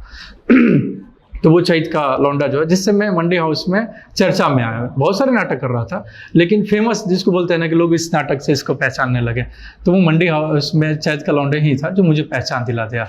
कि एक एक्टर आ गया, तो उसके वजह से बहुत सारे जो सीनियर थे हमारे स्कूल के या बाहर के मदद करने लगे, अपने पास बैठाने लगे, बोले कि तुम जानो सीखो, मैं करूँगा तुम्हारे लिए। तो बड़ा सहयोग और बड़ा वो मिलने लगा। और उसके बाद याद है कि गुरुजी का फ़ोन आया, क्योंकि उनसे बड़ा एक्टर और उनकी सानिध्य में था मैं, तो उनको अच्छा लगा, तो रात में उन्होंने फ़ोन किया कि कहाँ है तो मैं बोला सर घर आ गया हूँ, नाटक ख़त्म हो जाए तो मिल जल्दी। तो मैं डर गया कि कुछ, क्योंकि ऐसे उन्होंने बात किया, तो मैं डर गया कि कुछ हो गया क्या। तो गुरुजी कल मिलता हूँ, हाँ ठीक है कल 2 बजे मिल फिक्की ऑडिटोरियम के पास। तो मैं गया, वो चश्मा वश्मा लगा के खड़े थे, मैं डरा हुआ था कि यार क्यों ऐसे जैसे बोला था उन्होंने। मैं गया, पैर छुआ, उन्होंने गले लगा लिया और बोला कि मंडी हाउस में किसी भी चीज़ की ज़रूरत हो तो मेमाती तुम्हारे लिए जिंदा है। तो मेरे लिए इससे बड़ा कॉम्प्लीमेंट नहीं हो सकता, क्योंकि उस समय जो बड़ा एक्टर जो भी थे उनका ये कहना है, तो मेरे लिए इससे बड़ी बात नहीं थी। और उन्होंने ऐसे कहा और थपथपाया, बोला कि मैं जिंदा हूँ, तू कर, झंडे गाड़ रहा है तो, ऐसे करके उनकी थी। तो मेरे लिए बहुत बड़ी बात थी वो, ड्यू टू चैत का लौंडा। अब मुझे ये भी याद है कि जब नाटक शुरू होने वाला था, मुझे ये तो पता था कि ये नाटक हिट होगा, क्योंकि उस समय जो नाटक हो रहे थे वो मोनोटोनस हो रहा था। मेरे हिसाब से लग रहा था कि वही ओथेलो फिर से हो रहा है, वही आषाढ़ का एक दिन चल रहा है। तो अब मुझे लग रहा था कि ये समय है कि नया रस दिया जाए मंडी हाउस में, कुछ नया क्रिएट किया जाए कि ऑडियंस जो है नया कुछ आनंद ले। तो मुझे थोड़ा आभास था कि अभी क्रिएट कर सकता हूँ ये नाटक, ऐसे टाइप का नाटक। और क्योंकि नेटवर्क का भी था असर मेरे ऊपर कि किसी दिन ऐसा मौका मिले तो करूँगा, और पूरी तरीके से जो है समय तैयार था कि ऐसा करो। तो जिस दिन नाटक था तो मैं ग्रीन रूम में मेकअप कर रहा था, तो एक मेरा सहयोगी जो है दौड़ के आया, बोला कि विशाल भाई कमाल हो गया है। मैंने क्या हुआ कि जितने लोग अंदर है ना उतने ही बाहर है, लाइन जो है BM स्नैक्स से आगे तक लगी हुई है और अंदर हाउसफुल है, लोग मारा मारी कर रहे हैं अंदर आने के लिए। तो मेरा हौसला बढ़ गया कि अरे भाई इतने सारे लोग। और मुझे याद है कि पहला ही जो नाटक शुरू होता है तो एक गायन की प्रथा होती है नाटक में, आप कि उसमें मंगलाचार्य सुनाते हैं। तो जैसे ही कर्टन हटता है और पर्दा हटता है तो मैं देखता हूँ कि इतनी ऑडियंस है कि मंच के नीचे तक बैठी है श्री राम सेंटर में। तो मुझे लगा कि मैं सारे ऑडियंस के बीच में ही हूँ, मंच पे नहीं हूँ, क्योंकि आंखें ही दिख रही हैं मुझे, इतने सारे लोग। तो बड़ा खुशी अनुभव हुआ और मैंने जी जान लगा दिया उस नाटक में और मेहनत ईमानदारी से किया। और मुझे याद है कि 10 से 15 मिनट का स्टैंडिंग ओवेशन मुझे मिला था जी। तो मेरे लिए बड़ा सौभाग्य की बात है। उसके बाद जो भी मैं अपना ग्रुप बनाया उसका स्टैंडिंग ओवेशन ही नाम रखा। अच्छा। कि इतना लंबा स्टैंडिंग, लोग बैठ ही नहीं रहे थे। मुझे अंततः कहना पड़ा कि भैया मैं कुछ नहीं, मैं कोशिश कर रहा हूँ। तो बड़ा प्यार मिला लोगों का, बड़ा वो रहा। तो ये चैत का लौंडे के बारे में। चाय भी पीजिए। अरे ये पहले बताना चाहिए था आपको। मैं सोचा यार बीच में डिस्टर्ब नहीं करता हूँ आपको। अच्छा, क्योंकि चाय मुझे काफी पसंद है, चाय और हमें भी बहुत पसंद है। मुझे लगता है जितने भी लोग करते रहते हैं काम वाम, उनको चाय या कॉफी से हो ही जाता है। बीच में कॉफी से भी हुआ था, ब्लैक कॉफी से पी रहा था, लेकिन फिर धीरे धीरे मुझे चाय पे ज्यादा आ गया। अभी तो हो सकता है शिफ्ट हो जाऊं, तो ये होते रहता है। अब जैसे जिक्र कर रहे थे कि हम लिटरेचर वगैरह पढ़ते थे, अभी भी पढ़ते हैं, अब छूट गया है? नहीं पढ़ता हूँ। कौन सा आपका फेवरेट राइटर है? प्रेमचंद। पहली बार उन्होंने, मुझे याद है कि गोदान 4 बार पढ़ा हूँ मैं स्कूल टाइम में। अच्छा, गोदान जब आपने 4 बार पढ़ा तो ऐसे हर बार पढ़ते पढ़ते क्या क्या अलग नए आयाम खुलते हैं? बिल्कुल खुलते हैं, क्योंकि एक बार आप पढ़ते हो तो लगता है कि अच्छा ठीक, दूसरे को अरे ये तो ऐसे भी है, तीसरी बार पढ़ते बोलते अरे ये तो छूट ही गया था। तो जितनी बार आप पढ़ो इतना सीखते हो। तो जब मौका मिलता है मैं उसको पढ़ने की कोशिश पढ़ने लगता हूँ, उसको कोशिश करता हूँ पढ़ो, तो वो चलता है। लेकिन मुंबई जैसे अभी शहर में काम के पीछे इतना भाग रहे हैं, काम चाहिए साथ में चलते रहे, तो थोड़ा कम हो जाता है मुंबई में। हाँ, तो लेकिन निरंतर मौका मिलता है तो पढ़ता हूँ मैं। और आपकी जैसे कौन सी बुक हिंदी की पसंदीदा है? बहुत सारी हैं। आप क्या बोलते हैं, मोहन राकेश के बहुत सारे नाटक उठा के आप जैसे मतलब कोई भी एक बुक बता मेरे को। ये मुझे मैला आंचल में ये अच्छा लगा यार। हाँ, ऐसे कुछ बता सकते? जैसे मैला आंचल भी है, अब मैला आंचल भी पढ़ सकते हो। एक भोज करके है। जैसे आपको मैला आंचल अच्छी लगती है तो उसमें आपको क्या चीज टच की कि यार इस बुक में ये डिफरेंट चीज थी, आप वो बता सकें तो? देखिए प्रेमचंद से जैसे मैं बताऊं आपको कि आपको जितना रियल लाइफ में ले जाता है ना वो साहित्य, और बच्चा जब आप हो तो आप जो लाइफ नहीं जानते, हो चुका है, 2 बैलों की कथा है और चीज़ें हैं, तो आपको इमेजिनेशन में भी मदद मिलता है वो। और एक निरंतर 2 स्टोरीज चल रहे हैं, तो आपके इमेजिनेशन से वो स्टोरी सामने खड़ा होता है और आप उस काल में नहीं रहते हुए भी आपके सामने खड़ा होता है और आप उसको जीना शुरू कर देते हैं, चीज़ें शुरू होती हैं। और बहुत सारे ऐसे शब्द मिलते हैं जो विलुप्त हो चुके हैं, शब्दकोश भी बढ़ता है आपका। जैसे अभी हम लोग के 200 शब्द जानता हूँ उसमें मैं बात कर रहा हूँ, लेकिन जैसे लिटरेचर पढ़ूंगा तो मेरा शब्दकोश भी बढ़ेगा अलग अलग, तो वो भी मदद मिलता है एज एक्टर, जिसकी वजह से पढ़ता हूँ, चीज़ें करता हूँ, वो सिनेमा में यूज कर पाता हूँ सीरीज में। जैसे आप इसी पंचायत में आप देख रहे होंगे कि बहुत सारे देशज यूज किया हमने कि थेथर हो जाएगा, तो ये तो वहीं से है ना चीज़ें, आप जहाँ से किताब से सीख लिए या अपनी माँ से सीख लिए, तो ये सारी चीज़ें सब मिल के सपोर्ट करती हैं। तो आप लिटरेचर जितना पढ़ोगे, एज ए अभिनेता के बारे में ही कह पाऊंगा मैं, इतना सपोर्ट करेगा आपको। ये आई थिंक मुझे लग रहा है इन जनरल भी लोगों को बिल्कुल करेगा। बुक की खासियत भी ये है कि आप सेम स्टोरी मूवी में पर्दे पे देखोगे तो आपका माइंड इमेजिन नहीं कर रहा है, वो चल रहा है। बिल्कुल। लेकिन बुक पढ़ते हैं आप अपने तरीके से, जैसे मान लो उसमें गली का जिक्र है तो आप अपने हिसाब से एक गली का इमेजिनेशन करोगे, अच्छा ये कोई गली है। अभी मुझे बड़ा अच्छा सा बात याद आ रहा है इससे, आप बताइए। कि दो, जैसे आप कोई भी चीज़ करते हो ना, अभिनेता कि जब आप कोई भी स्क्रिप्ट आता है पढ़ता है, तो एक स्क्रिप्ट पढ़ता है तो एक इमेज बनता है, एक बनाता, कोई भी इंसान बनता है, तो इमेज जब बनता है तो हमारा काम वही है कि बहुत सारे इमेज बना के रखते हैं, जब स्क्रिप्ट मिलता है तो उस इमेज को मर्ज करके वहाँ पे फिर खड़ा करते हैं रियल लाइफ में। तो अब मुझे कोई भी होरी का किरदार मिले या किसी भी किरदार ऐसे मिले, या मुझे कोई भी शेक्सपियर का ओथेलो मिले, तो मैं पूरी तरीके से वाकिफ़ हूँ उससे, मुझे पता है, उसके बेसिक्स तो पता है। अगर हो सकता है कि आप थोड़ा सा अलग किए होंगे स्क्रिप्ट में, तो मुझे बताएंगे कि विशाल भाई ये थोड़ा सा अलग है, ओथेलो ऐसा है लेकिन बेसिक क्लियर है पढ़ने के हिसाब से। तो मुझे जब मिलेगा तो मैं उसको परफॉर्म अच्छे ढंग से कर पाऊंगा, क्योंकि वो मेहनत कर चुका हूँ मैं, तो आसानी होगी। तो एक अभिनेता के लिए कहावत भी है कि jack of all but master of none. जानकारी सब चीज़ों का चाहिए, लेकिन मास्टरी नहीं होना, लेकिन सब कुछ जान जाओ, मास्टरी तुम्हें डायरेक्टर कराएगा। तो jack of all but master of none की है जो एक एक्टर बनने की वो चीज़।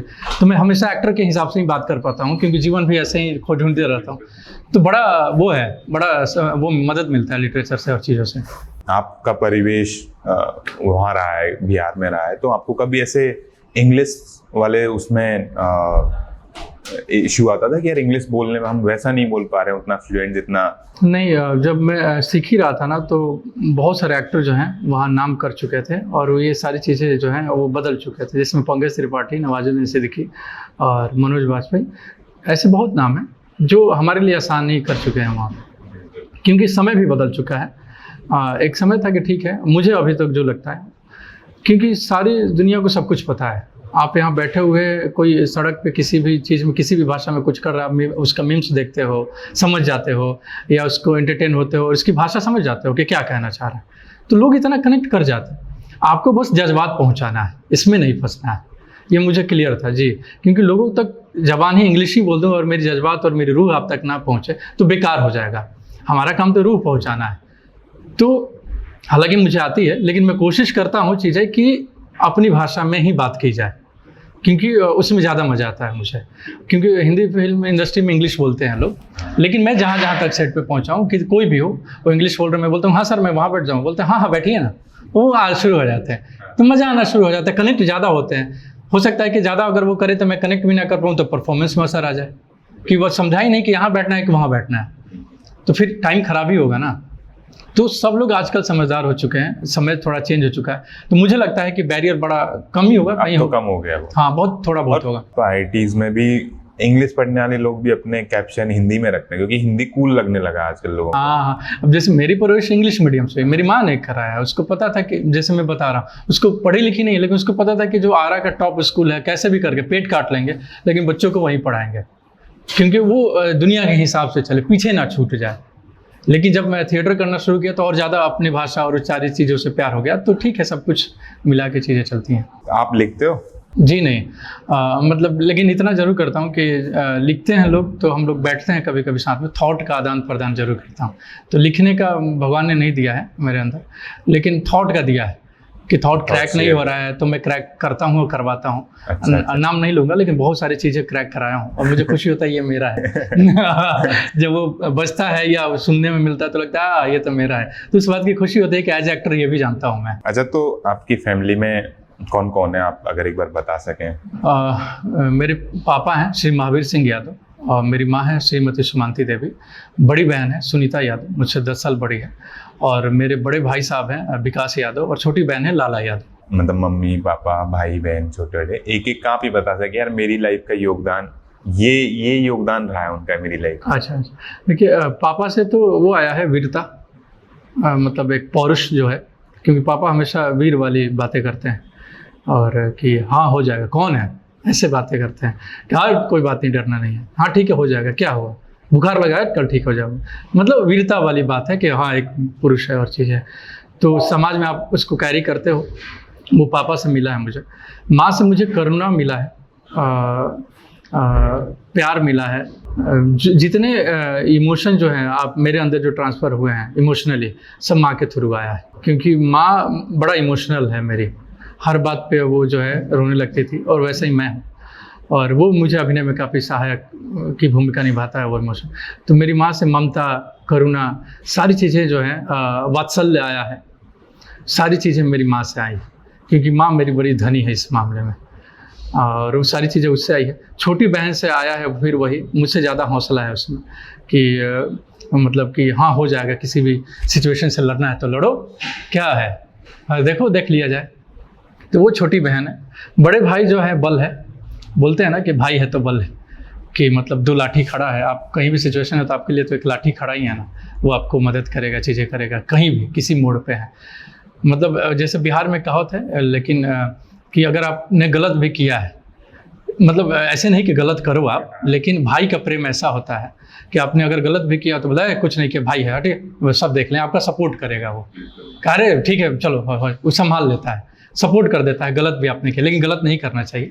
लेकिन मैं कह रहा हूँ कि भाई का प्यार उस लेवल तक होता है, समझाने का एक तरीका है, तो उस तरह का भाई का सपोर्ट है कि अगर मैं गलत भी कर दिया तो वो बोलता है कि नहीं नहीं भाई है, पहले भाई है, गलत कर दिया ठीक है देखा जाएगा, पहले भाई है। तो अंधा प्रेम जिसको बोलते हैं, हाँ। वो लेकिन गलत नहीं करना चाहिए, चीज़ें नहीं करनी चाहिए, मैं एक समझा रहा हूँ, चीज़ें कह रहा हूँ, तो वैसे भाई का है।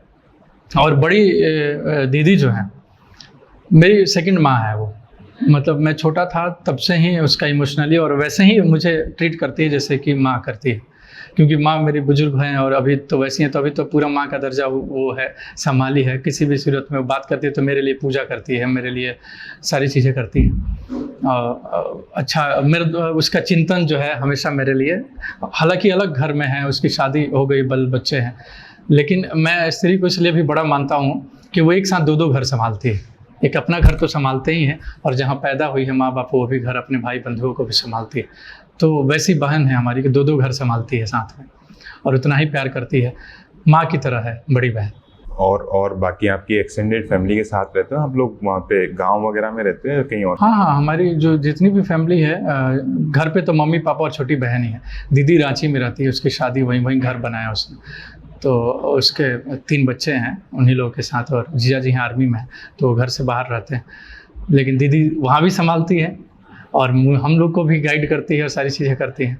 और मेरे जो पर्सनल घर है, बहिरो घर है मेरा आरा में, वहाँ छोटी बहन, मम्मी और पापा रहते हैं। अच्छा, तो अभी जब पंचायत आया होगा तब तो लोगों ने साथ बैठ के ही देखा होगा सबने? नहीं, घर पे तो मम्मी, छोटी बहन और पापा साथ में ही, तीनों लोग साथ में ही देखे, क्योंकि पापा से उतनी बात नहीं हुई, छोटी बहन से हुई, तो उसने बोला कि मैं एक बार देख चुकी हूँ, अब साथ में बैठ के देखेंगे हम लोग।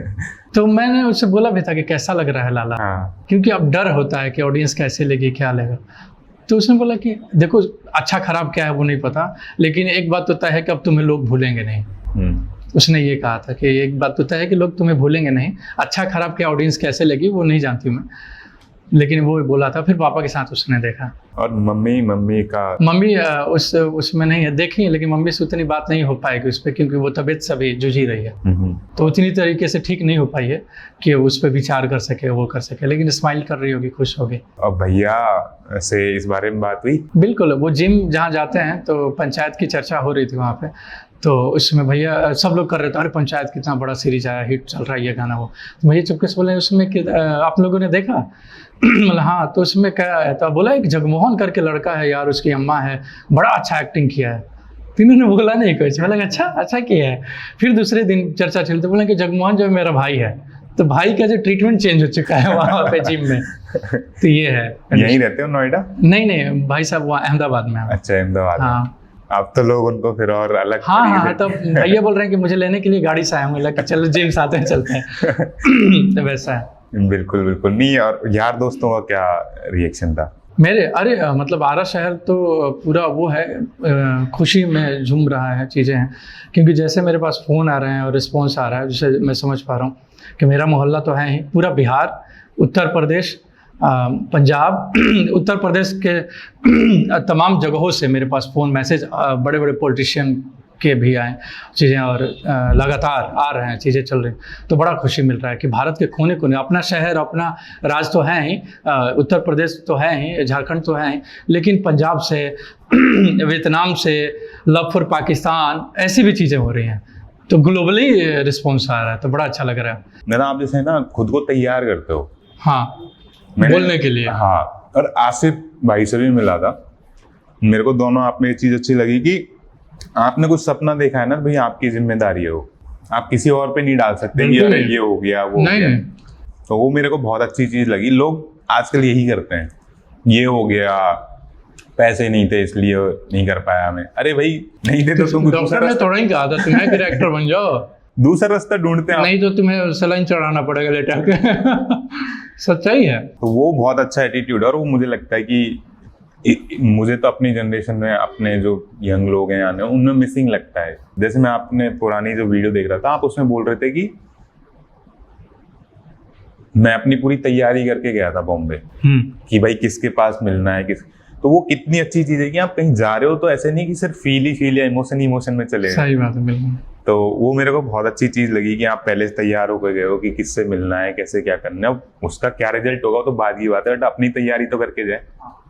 और ये भी अच्छा लगता है, आप बहुत आम जगहों से और इन जगहों से आप बॉलीवुड में आ रहे हैं, लोग पर्दे पे आ रहे हैं, तो उससे क्या है ना, ये मैसेज जा रहा है जहाँ आपके छोटे शहर में आप कोई भी होगा आरा से आसपास है, उसको लगे अगर उसका मन में है कि मैं एक्टर बन सकता हूँ, तो उसको हिम्मत आ जाएगी कि यार जा सकते हैं। मतलब कोशिश रहती है कि जीवन में जीऊँ और ये अभिनय करूँ, दिल से करूँ, मतलब जो दिल से बातें आए दिल, क्योंकि वही छूने और छुआने वाली बात है, नहीं तो सब बेकार बात है। कितना भी बड़ा अभिनय कर लूँगा, अलग अलग थ्योरी लगा लो, दिल तक नहीं पहुँचेगी। या मैं बात कह रहा हूँ, जैसे आप इंग्लिश की हम लोग बात कर रहे थे, कितना भी इंग्लिश बोल दो और मेरी बात ही ना पहुँचे आपके पास, एक बैरियर, यार बड़ा इंग्लिश बोल रहा है यार, मन में अगर ये भी आ गया तो भी मेरे लिए निराशा हो जाएगी कि अरे भाई वो उसको थोड़ा वैसा लग गया, ये बात नहीं पहुँची। आप बॉम्बे कौन से ईयर में गए थे? मैं कोविड से जस्ट 3 महीना पहले गया था। अच्छा, फिर कोविड में क्या सीन रहा? कोविड में होली के लिए घर आया उस समय भी। अच्छा। और कोविड शुरू हो गया तो 8 महीने घर पे ही था, और लगातार फोन पे बात, भाई कब खुलेगा, कब पहुंचना है, भाई क्या हो गया, बोला हाँ खत्म हो, सब बोल रहा अगले महीने पहुंचते हैं सब लोग, ऐसे चल रहे थे बात। अच्छा ठीक है, तो ये फिल्म निपटा लो, तब तक ये देख लो, वो कर लो। उसी समय मैंने ये पंचायत देखी। पंचायत देखते हैं आपको? अच्छा, फर्स्ट सीजन तब आया भी था जस्ट, तो मुझे दुख हुआ था कि ऐसे स्टोरी का हिस्सा मैं क्यों नहीं हूँ, क्योंकि मैं जानता हूँ मेरे पास बहुत किरदार है ऐसे स्टोरीज के लिए। बिल्कुल, तो दुख हुआ था। फिर भी ये भी लगा कि मैं नया मुंबई में, तो लोग मुझे जानते नहीं, तो क्यों ऑडिशन करेंगे, क्यों लेंगे, लेकिन हो रहा था कि मुझे पहुंच जाना चाहिए था अभी। लेकिन अब फाइनली वो जो सपना देखा 2019 से कि यार हम क्यों नहीं है इसका हिस्सा, फाइनली हिस्सा बनने को मिला। बिल्कुल, क्योंकि कायनात जो है ना वो सही में कराती है। आप जैसा सोचते हो समझते हो ना, वो लग जाता है आपके पीछे, भले समय लगता है, और आप निरंतर प्रयास करते रहो। मतलब मुझे अब एहसास होता है कुछ कुछ चीज़ें कि किताबी बातें नहीं हैं, वो हकीकत में होती हैं। अगर आप मेहनत ईमानदारी से करो तो चीज़ें होता है, वैसे हो जाएंगी। कभी कभी यकीन में बदलने लगा है कि हाँ ये तो ऐसे ही हो रहा है, होता है कि आप किसी चीज़ को दिल से चाहो और जेन्युइन लगने लगता है। जैसे जैसे चीज़ें आगे बढ़ती हैं आपको लगता है कि नहीं भाई। मुंबई के बारे में एक और चीज़ मुझे अच्छा लगता है, जैसे जैसे धीरे धीरे कि मुंबई ही एक ऐसा इकलौता शहर है ना जो आपको ड्रीम को पूरा करता है। कुछ भी हो, स्ट्रगल अपने अपने तरीके से लोग करते हैं, उसको पता है। देखिए एक चीज़ है कि अगर मुझे यहाँ आना है और मुझे गाड़ी नहीं मिलेगी यहाँ से आने का, तो मेरी जिम्मेदारी है या तो वो है कि भाई पहुँचना तो पड़ेगा, तब तो बात होगी। ये मुझे मैनेज कर, इसको ब्लेम नहीं कर सकता, क्योंकि पहुँचना मुझे है या आपको मुझे बुलाना है, तो करना पड़ेगा ना, चीज़ें करनी पड़ेगी, ये बेसिक है। अब इसको हम ब्लेम बना लें कि चीज़ें नहीं ऐसे नहीं पहुँचा, धूप था तो वैसे था।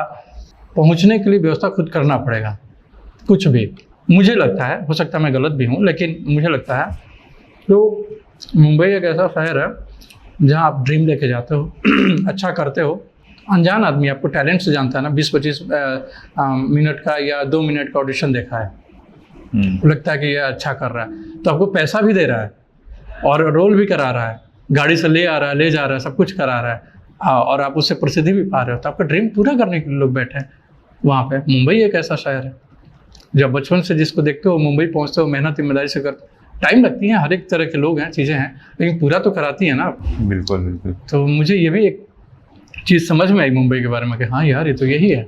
बॉम्बे आप जैसे क्या क्या प्रिपेयर करके गए थे यहाँ से जब गए थे? मुझे एक चीज़ ये पता था कि मुझे मौका ऑडिशन का भी मिलेगा तो बहुत बढ़िया करना है, क्योंकि वही मुझे आगे बढ़ाएगा। ये भैया जानते हैं, ये दादा जानते हैं, इससे कुछ नहीं होने वाला है, क्योंकि दुनिया चेंज हो चुकी है और जो स्क्रीन पे दिख रहा है ना, उसी के हिसाब से मेरा सिलेक्शन होगा। और इतना भी जान पहचान और नहीं है अपना कि कोई उसका रिकमेंडेशन आ गया कि हाँ भाई ठीक है करवा देते हैं, ऐसा भी तो नहीं है। एक ही हथियार है आपके पास कि जो मौका मिला 250-200 लोगों के बीच में आप खड़े होकर इंट्रोडक्शन देते हो, आज भी देते हो, चीज़ें देते, लेकिन होता है कि जब समय आए अब बोले कि हाँ इंट्रोडक्शन अच्छा, तुम्हारा लुक जा रहा है, ये स्क्रिप्ट कल करना है परफॉर्मेंस, लगता था हाँ मिल गया भाई, अब मौका मिल गया दिखाने का। तो ऑडिशन में उस लेवल पे करता था, मतलब करता हूँ आज भी, तभी तो लोगों को ट्रस्ट बढ़ने लगा कि इसको दिया जाए चीज़ें की। तो मुझे पता था कि जो क्राफ्ट करना है उसको मेहनत ईमानदारी से करूँगा, तो पूरा तैयार करता था और मज़ा लेता था जाके कि भाई एक और करे क्या ऐसे, पता नहीं 2 वेरिएशन हो गए विशाल भाई, इतने ठीक है, डायरेक्टर को 2 ही चाहिए, एक उसके तरीके एक आपके तरीके से, एक और करते हैं मज़ा आ रहा है, ऐसे भी कर सकते हैं, क्योंकि मुझे मज़ा आता है अभिनय करने में। ये भी है कि मैं हमेशा कहता हूँ या आपको भी मिले कि यार मुझे खाना कम खिला दो, अभिनय करा दो यार, मतलब मुझसे सीन करा दो, खाना मत खिलाओ, मतलब ये चलेगा, आधा पेट खा लूँगा लेकिन अभिनय कराओ यार मुझसे, एक्टिंग करवाओ, क्योंकि मुझे सबसे ज़्यादा संतुष्टि अभिनय करने में मिलता है, उसी से पेट भर जाता है। हाँ, मैं जैसे सेट पर रहता हूँ खाना नहीं खा पाता हूँ, क्योंकि सीन का इतना मज़ा लेता हूँ मैं कि इतना खाता हूँ कि चले, लेकिन जैसे अभी हम लोग बात कर रहे हैं तो मैं खाने का आनंद नहीं ले पा रहा हूँ, क्योंकि मुझे मज़ा आ रहा है अभिनय के बारे में बात करके। अगर मैं शांत दिमाग हो चीज़ तभी खाने का आनंद ले पाऊँगा, तो मेरा वो जो प्रथम हो जाता है पहले कि आनंद उसका ज़्यादा आता है मुझे। और वहाँ बॉम्बे शहर के स्ट्रगल किस किस तरह के हैं, मतलब आपके पर्सनल स्ट्रगल किस किस तरह? देखिए, शुरुआती दिनों में जब आपका जगह चेंज होता है तो रहना खाना पीना सब कुछ चेंज होता है, तो दुख तो होता है, कष्ट होगा, सड़क नहीं पता आपको कि ये सड़क कहाँ जाएगी, तो लगता है अनजान, आप अकेला, इतने बड़े शहर में आप अकेला फील करते हो और सब तेज़ी में है, तो आपको लगता है कैसे किसको बताऊँ, हाथ पकड़ लूँ कि सर मैं एक्टर हूँ, कैसे बताऊँ, क्योंकि वो अपने काम में है। कास्टिंग ऐसे हाँ बताओ क्या है, वो ब्रीफ कर रहा है किसी एक्टर को, आप खड़े, तो इतने तो डर लगता था, शुरुआती दिनों बहुत डर लगता था कि कैसे बताऊँ किसी को कि मैं एक्टर हूँ या मुझे काम दीजिए, लेकिन वो डर से धीरे धीरे जीतते गया। और मुझे याद है कि समंदर कभी मैंने देखा नहीं था, तो जहाँ रहता था मैं शुरुआती दिनों में, वहाँ रात में समंदर की आवाज़ आती थी तो मैं डर के उठ जाता था और ज़्यादा डर हो जाता था, अरे बाप इतना बड़ा शहर, इतना बड़ा समंदर, कैसे बताऊँ किसी को क्या कैसे, तो और बड़ा पसीने आने लगते थे।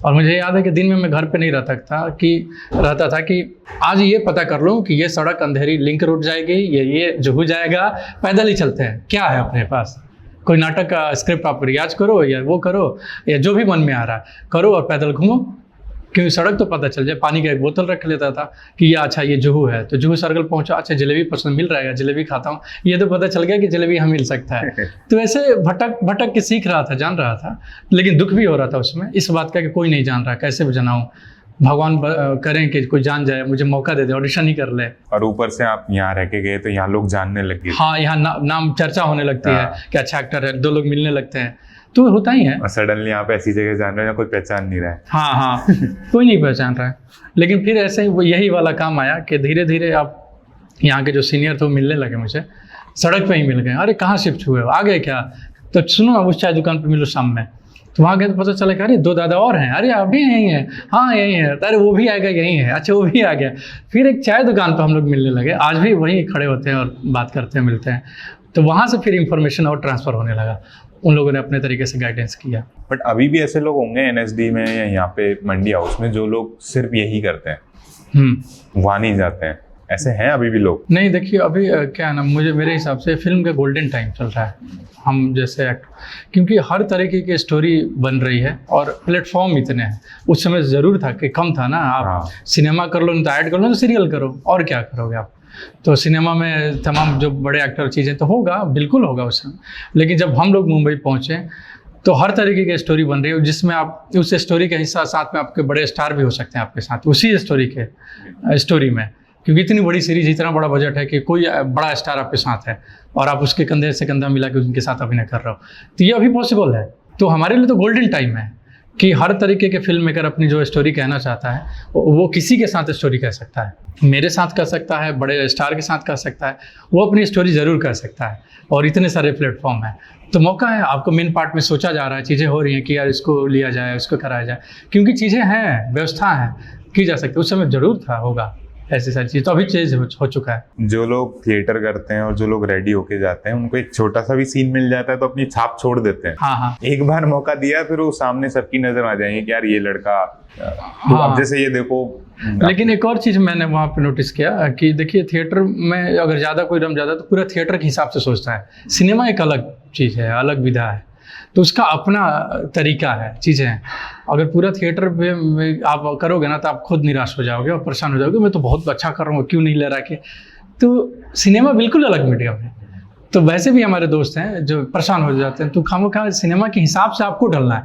जैसे मैं आरा से आया तो दिल्ली के हिसाब से ढला, मेरे लिए नया था ना, तो निरंतर सीखते रहा कि हाँ दिल्ली कैसा है, लोग कैसे बात करते हैं, खाना क्या है। अब राजमा चावल खाना है, नहीं तो हम लोग घर पे सतुआ पराठा खाते थे, है ना। तो सारी चीज़ें चेंजिंग है। उसी तरह प्रोफेशन में भी चेंजिंग है कि अब हिंदी थिएटर करना है तो मंच बड़ा होगा, ऐसे होगा, ज़बान ठीक करना है, उर्दू ठीक करनी है, सारी चीज़ें तो है। तो मुंबई सिनेमा है तो उसके हिसाब से आपकी पर्सनालिटी ठीक रखनी पड़ेगी, अपने आप को ख्याल रखना पड़ेगा, अच्छे कपड़े पहनने पड़ेंगे, अच्छे तरीके से बात करना पड़ेगा, अच्छे लोगों से मिलना पड़ेगा। ये भी तो है ना, केवल अभिनय थोड़ी है। बिल्कुल। तो सब कुछ मिला के एक चीज़ बनता है। तो मुंबई के हिसाब से मैं सीख रहा हूँ, जान रहा हूँ, उसके हिसाब से चीज़ें चल रही हैं, कर रहा हूँ। पूरी तरीके से थिएटर नहीं, क्योंकि वो एक हिस्सा था, वो एक था कि अभिनय में कितना मदद करेगा, लेकिन बाकी तमाम चीज़ें तो है ना, सिनेमा में अलग इंडस्ट्री है। वहाँ इन चीज़ों का कितना बॉलीवुड में इम्पोर्टेंट है कि आप खुद को कैसे रख रहे हो, क्या पहन रहे हो। नहीं, वो खुद ही बुरा लगेगा आपको, वो लोगों को ज़्यादा फर्क नहीं पड़ता। आप बड़े बड़े स्टार को आप देखोगे कि नॉर्मली कैजुअली तो सब रहते हैं, लेकिन आपको खुद ही, जैसे अब मैं यहाँ आया हूँ और मैं आ जाऊँ ऐसे ही बिना नहाए और चीज़ें, तो मुझे खुद ही अच्छा नहीं लगेगा। आप तो मुझे कर लोगे कि हाँ विशाल भाई बैठिए बात करते हैं, आप मुझे कर, आपकी तरफ से ज़्यादा दिक्कत नहीं होगा, लेकिन मुझे खुद ही लगेगा, खुद ही अंडर कॉन्फिडेंट फील कर लगेगा खुद ही। तो वो अपने लिए है, समाज क्या करे उसके लिए थोड़ी है।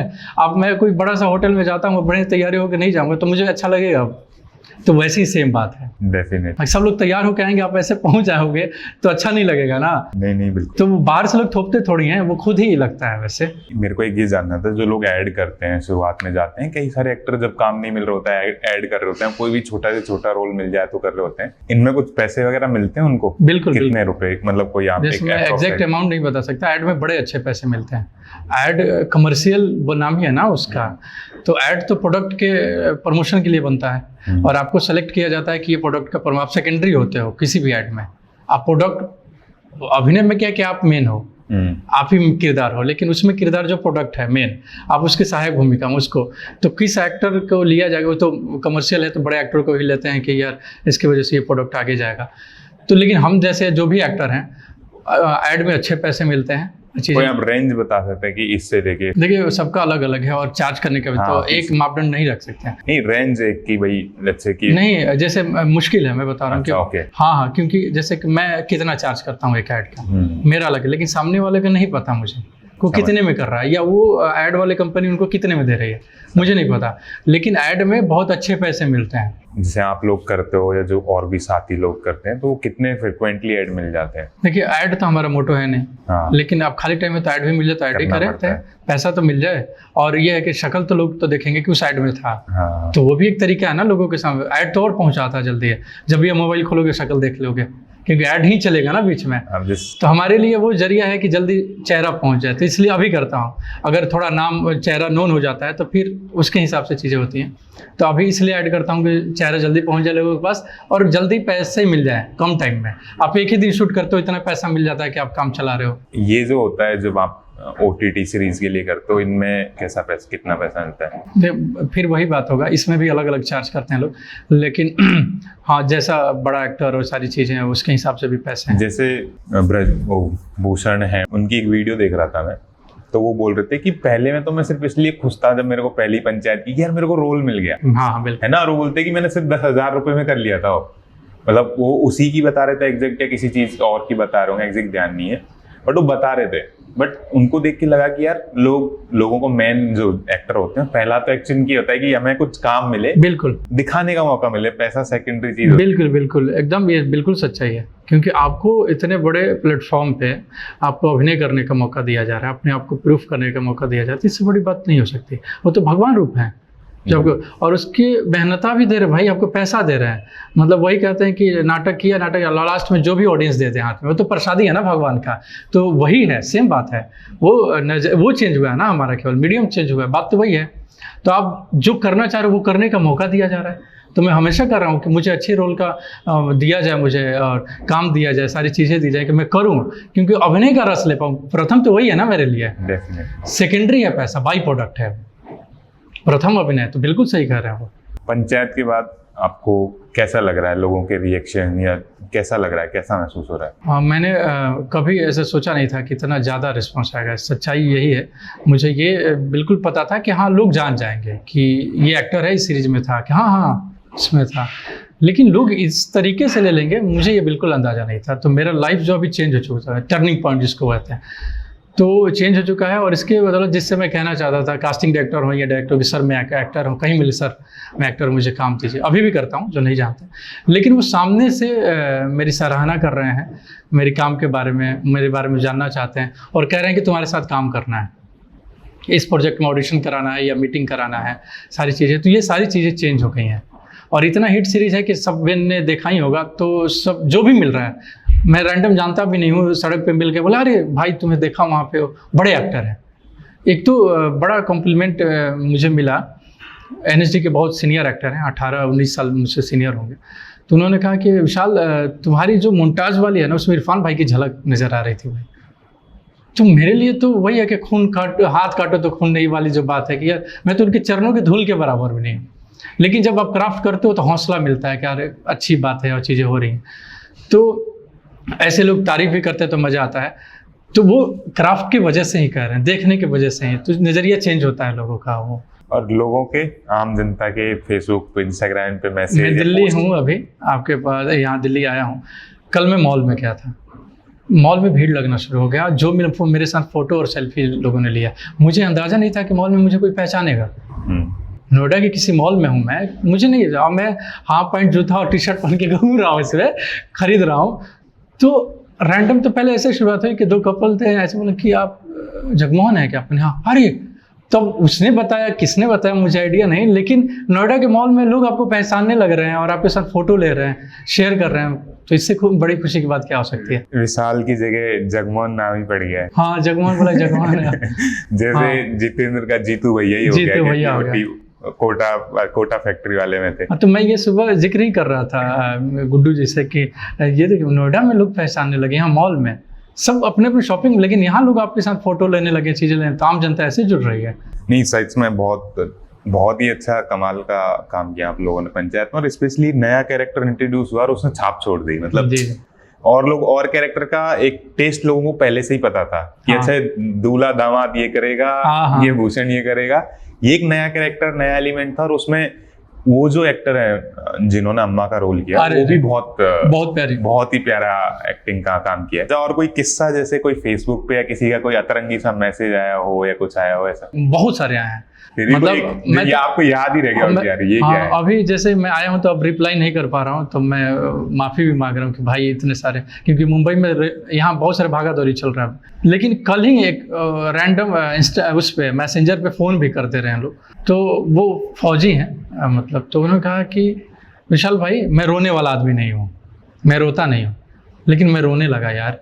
तो इससे बड़ी कॉम्प्लीमेंट क्या होगी? यहाँ कल की घटना बता रहा हूँ मैं, कल रात की फ़ोन पे, और आदमी बोलते हुए भी रोने लगा। और वो आदमी वहाँ रुका जहाँ फौजी अपने उसमें रुकते हैं, रात का पैर खाना अपना खाया और मुझे फ़ोन लगा दिया, मैं रैंडम उठा भी लिया। तो बोले कि मैं रोने वाला व्यक्ति नहीं हूँ, ऐसे नहीं होता कि मैं रोता नहीं हूँ, लेकिन जैसी सीरीज़ देखा मैं रोने लगा, और बात करते हुए भी रोने फ़ोन पे। तो इतना तो रिस्पॉन्स है, लोगों का प्यार है, इमोशन टच हो गया। इमोशन टच हो गया। जैसे कोई भी लोग छोटे शहर में हैं, छोटी जगह से हैं, और उन्होंने कभी भी कोई सपना देखा हो या बस हिम्मत नहीं कर पा रहे हैं, तो उनके लिए कोई मैसेज आप देना चाहो कि यार ये चीज़ है, लाइफ में मैंने तो ये सीखा। देखिए, अब इसके हिसाब से तो मैं बहुत छोटा हूँ और इस काबिल नहीं हूँ मैं, क्योंकि खुद ही सीख रहा हूँ, निरंतर प्रयास कर रहा हूँ। लेकिन एक बात जो मैं मानता हूँ वही कह सकता हूँ कि आप मेहनत और ईमानदारी और निरंतर प्रयास, ये 3 चीज़ है ना कि आप कोई भी प्रोफेशन में हो, आपको सक्सेस जरूर दिलाएगी एक ना एक दिन। हालांकि मैं वो नहीं हूँ उस मुकाम पर नहीं कि मैं ये सारी चीज़ें कह सकता हूँ, शुरुआत भी नहीं हुई है हमारी। लेकिन जो मैं फॉलो करता हूँ वो कह सकता हूँ कि आप निरंतर प्रयास करें और मेहनत और ईमानदारी से करें, क्योंकि अपने आप को धोखा ना दें। हाँ, अपने आप को धोखा देंगे तो दिक्कत होगा। 4 लोग बोलेंगे तो गलत कर रहा है, लेकिन आपका सब चीज़ खराब होने वाला है। तो जो आप कर रहे हैं उसमें अपने प्रति ईमानदार रहें, जो मैं कोशिश करता हूँ। ऐसे लोग भी है ना जो छोटे शहर से बस वो इसलिए पहला कदम और एक और बात है कि आप जो कोई भी फील्ड में जाएं, आप तैयार होके जाएं, क्योंकि कोई आपको इसीलिए देगा क्योंकि आप तैयार। आपको क्यों दिया जाए? आप डॉक्टर हैं तो मुझे ऑपरेशन करवाना है तो आपको डॉक्टर आ गया तभी तो भाई, तभी तो कहेंगे कि हाँ अच्छा डॉक्टर है भाई, अच्छा फी लिया है। तो फी भी मुझे पैसे इसी हिसाब से एक्टर मिलेगा ना, बड़ा अच्छा एक्टर है, अच्छा है। तो सेम बात है, किसी भी अच्छा इंजीनियर है या कोडिंग बड़ा अच्छा जानता है तो उसी के हिसाब से होगा ना, अच्छा कोडर होगा, वो तैयारी किया होगा तो उसके हिसाब से पैकेज मिलेगा उसको। ऐसे तो नहीं मिले। तो एक्टर बनना है और नहीं तो कैसे मैं उम्मीद कर लूँ कि मुझे कोई बड़ा रोल दे दे या अच्छा रोल दे दे या वो कर दे। वो तैयारी तो जाए, तो कोई भी फील्ड में आप जाएं उसकी फील्ड पे नहीं दे देगा कोई कि नहीं क्यों यार ये बहुत जुनूनी है, ट्रेन पकड़ के आ गया था ये बिना रिजर्वेशन के या कुछ भी पैदल ही आ गया। ये जानते हो 10 रात चला है पैदल और पहुंच गया। तो इससे ठीक है, वो अपनी अपनी पैशन है, अपना अपना तरीका है, लेकिन जो चीज़ है उसको आनी ही चाहिए। डेफिनेटली। अगर ऐसे आप पहुंचेंगे पैदल तो और मदद करेगा, लेकिन जो क्राफ्ट है वो तो चाहिए ना। बाकी थैंक यू सो मच। चलिए, तो बहुत मुझे भी अच्छा लगा आपसे बात करके। Thank you.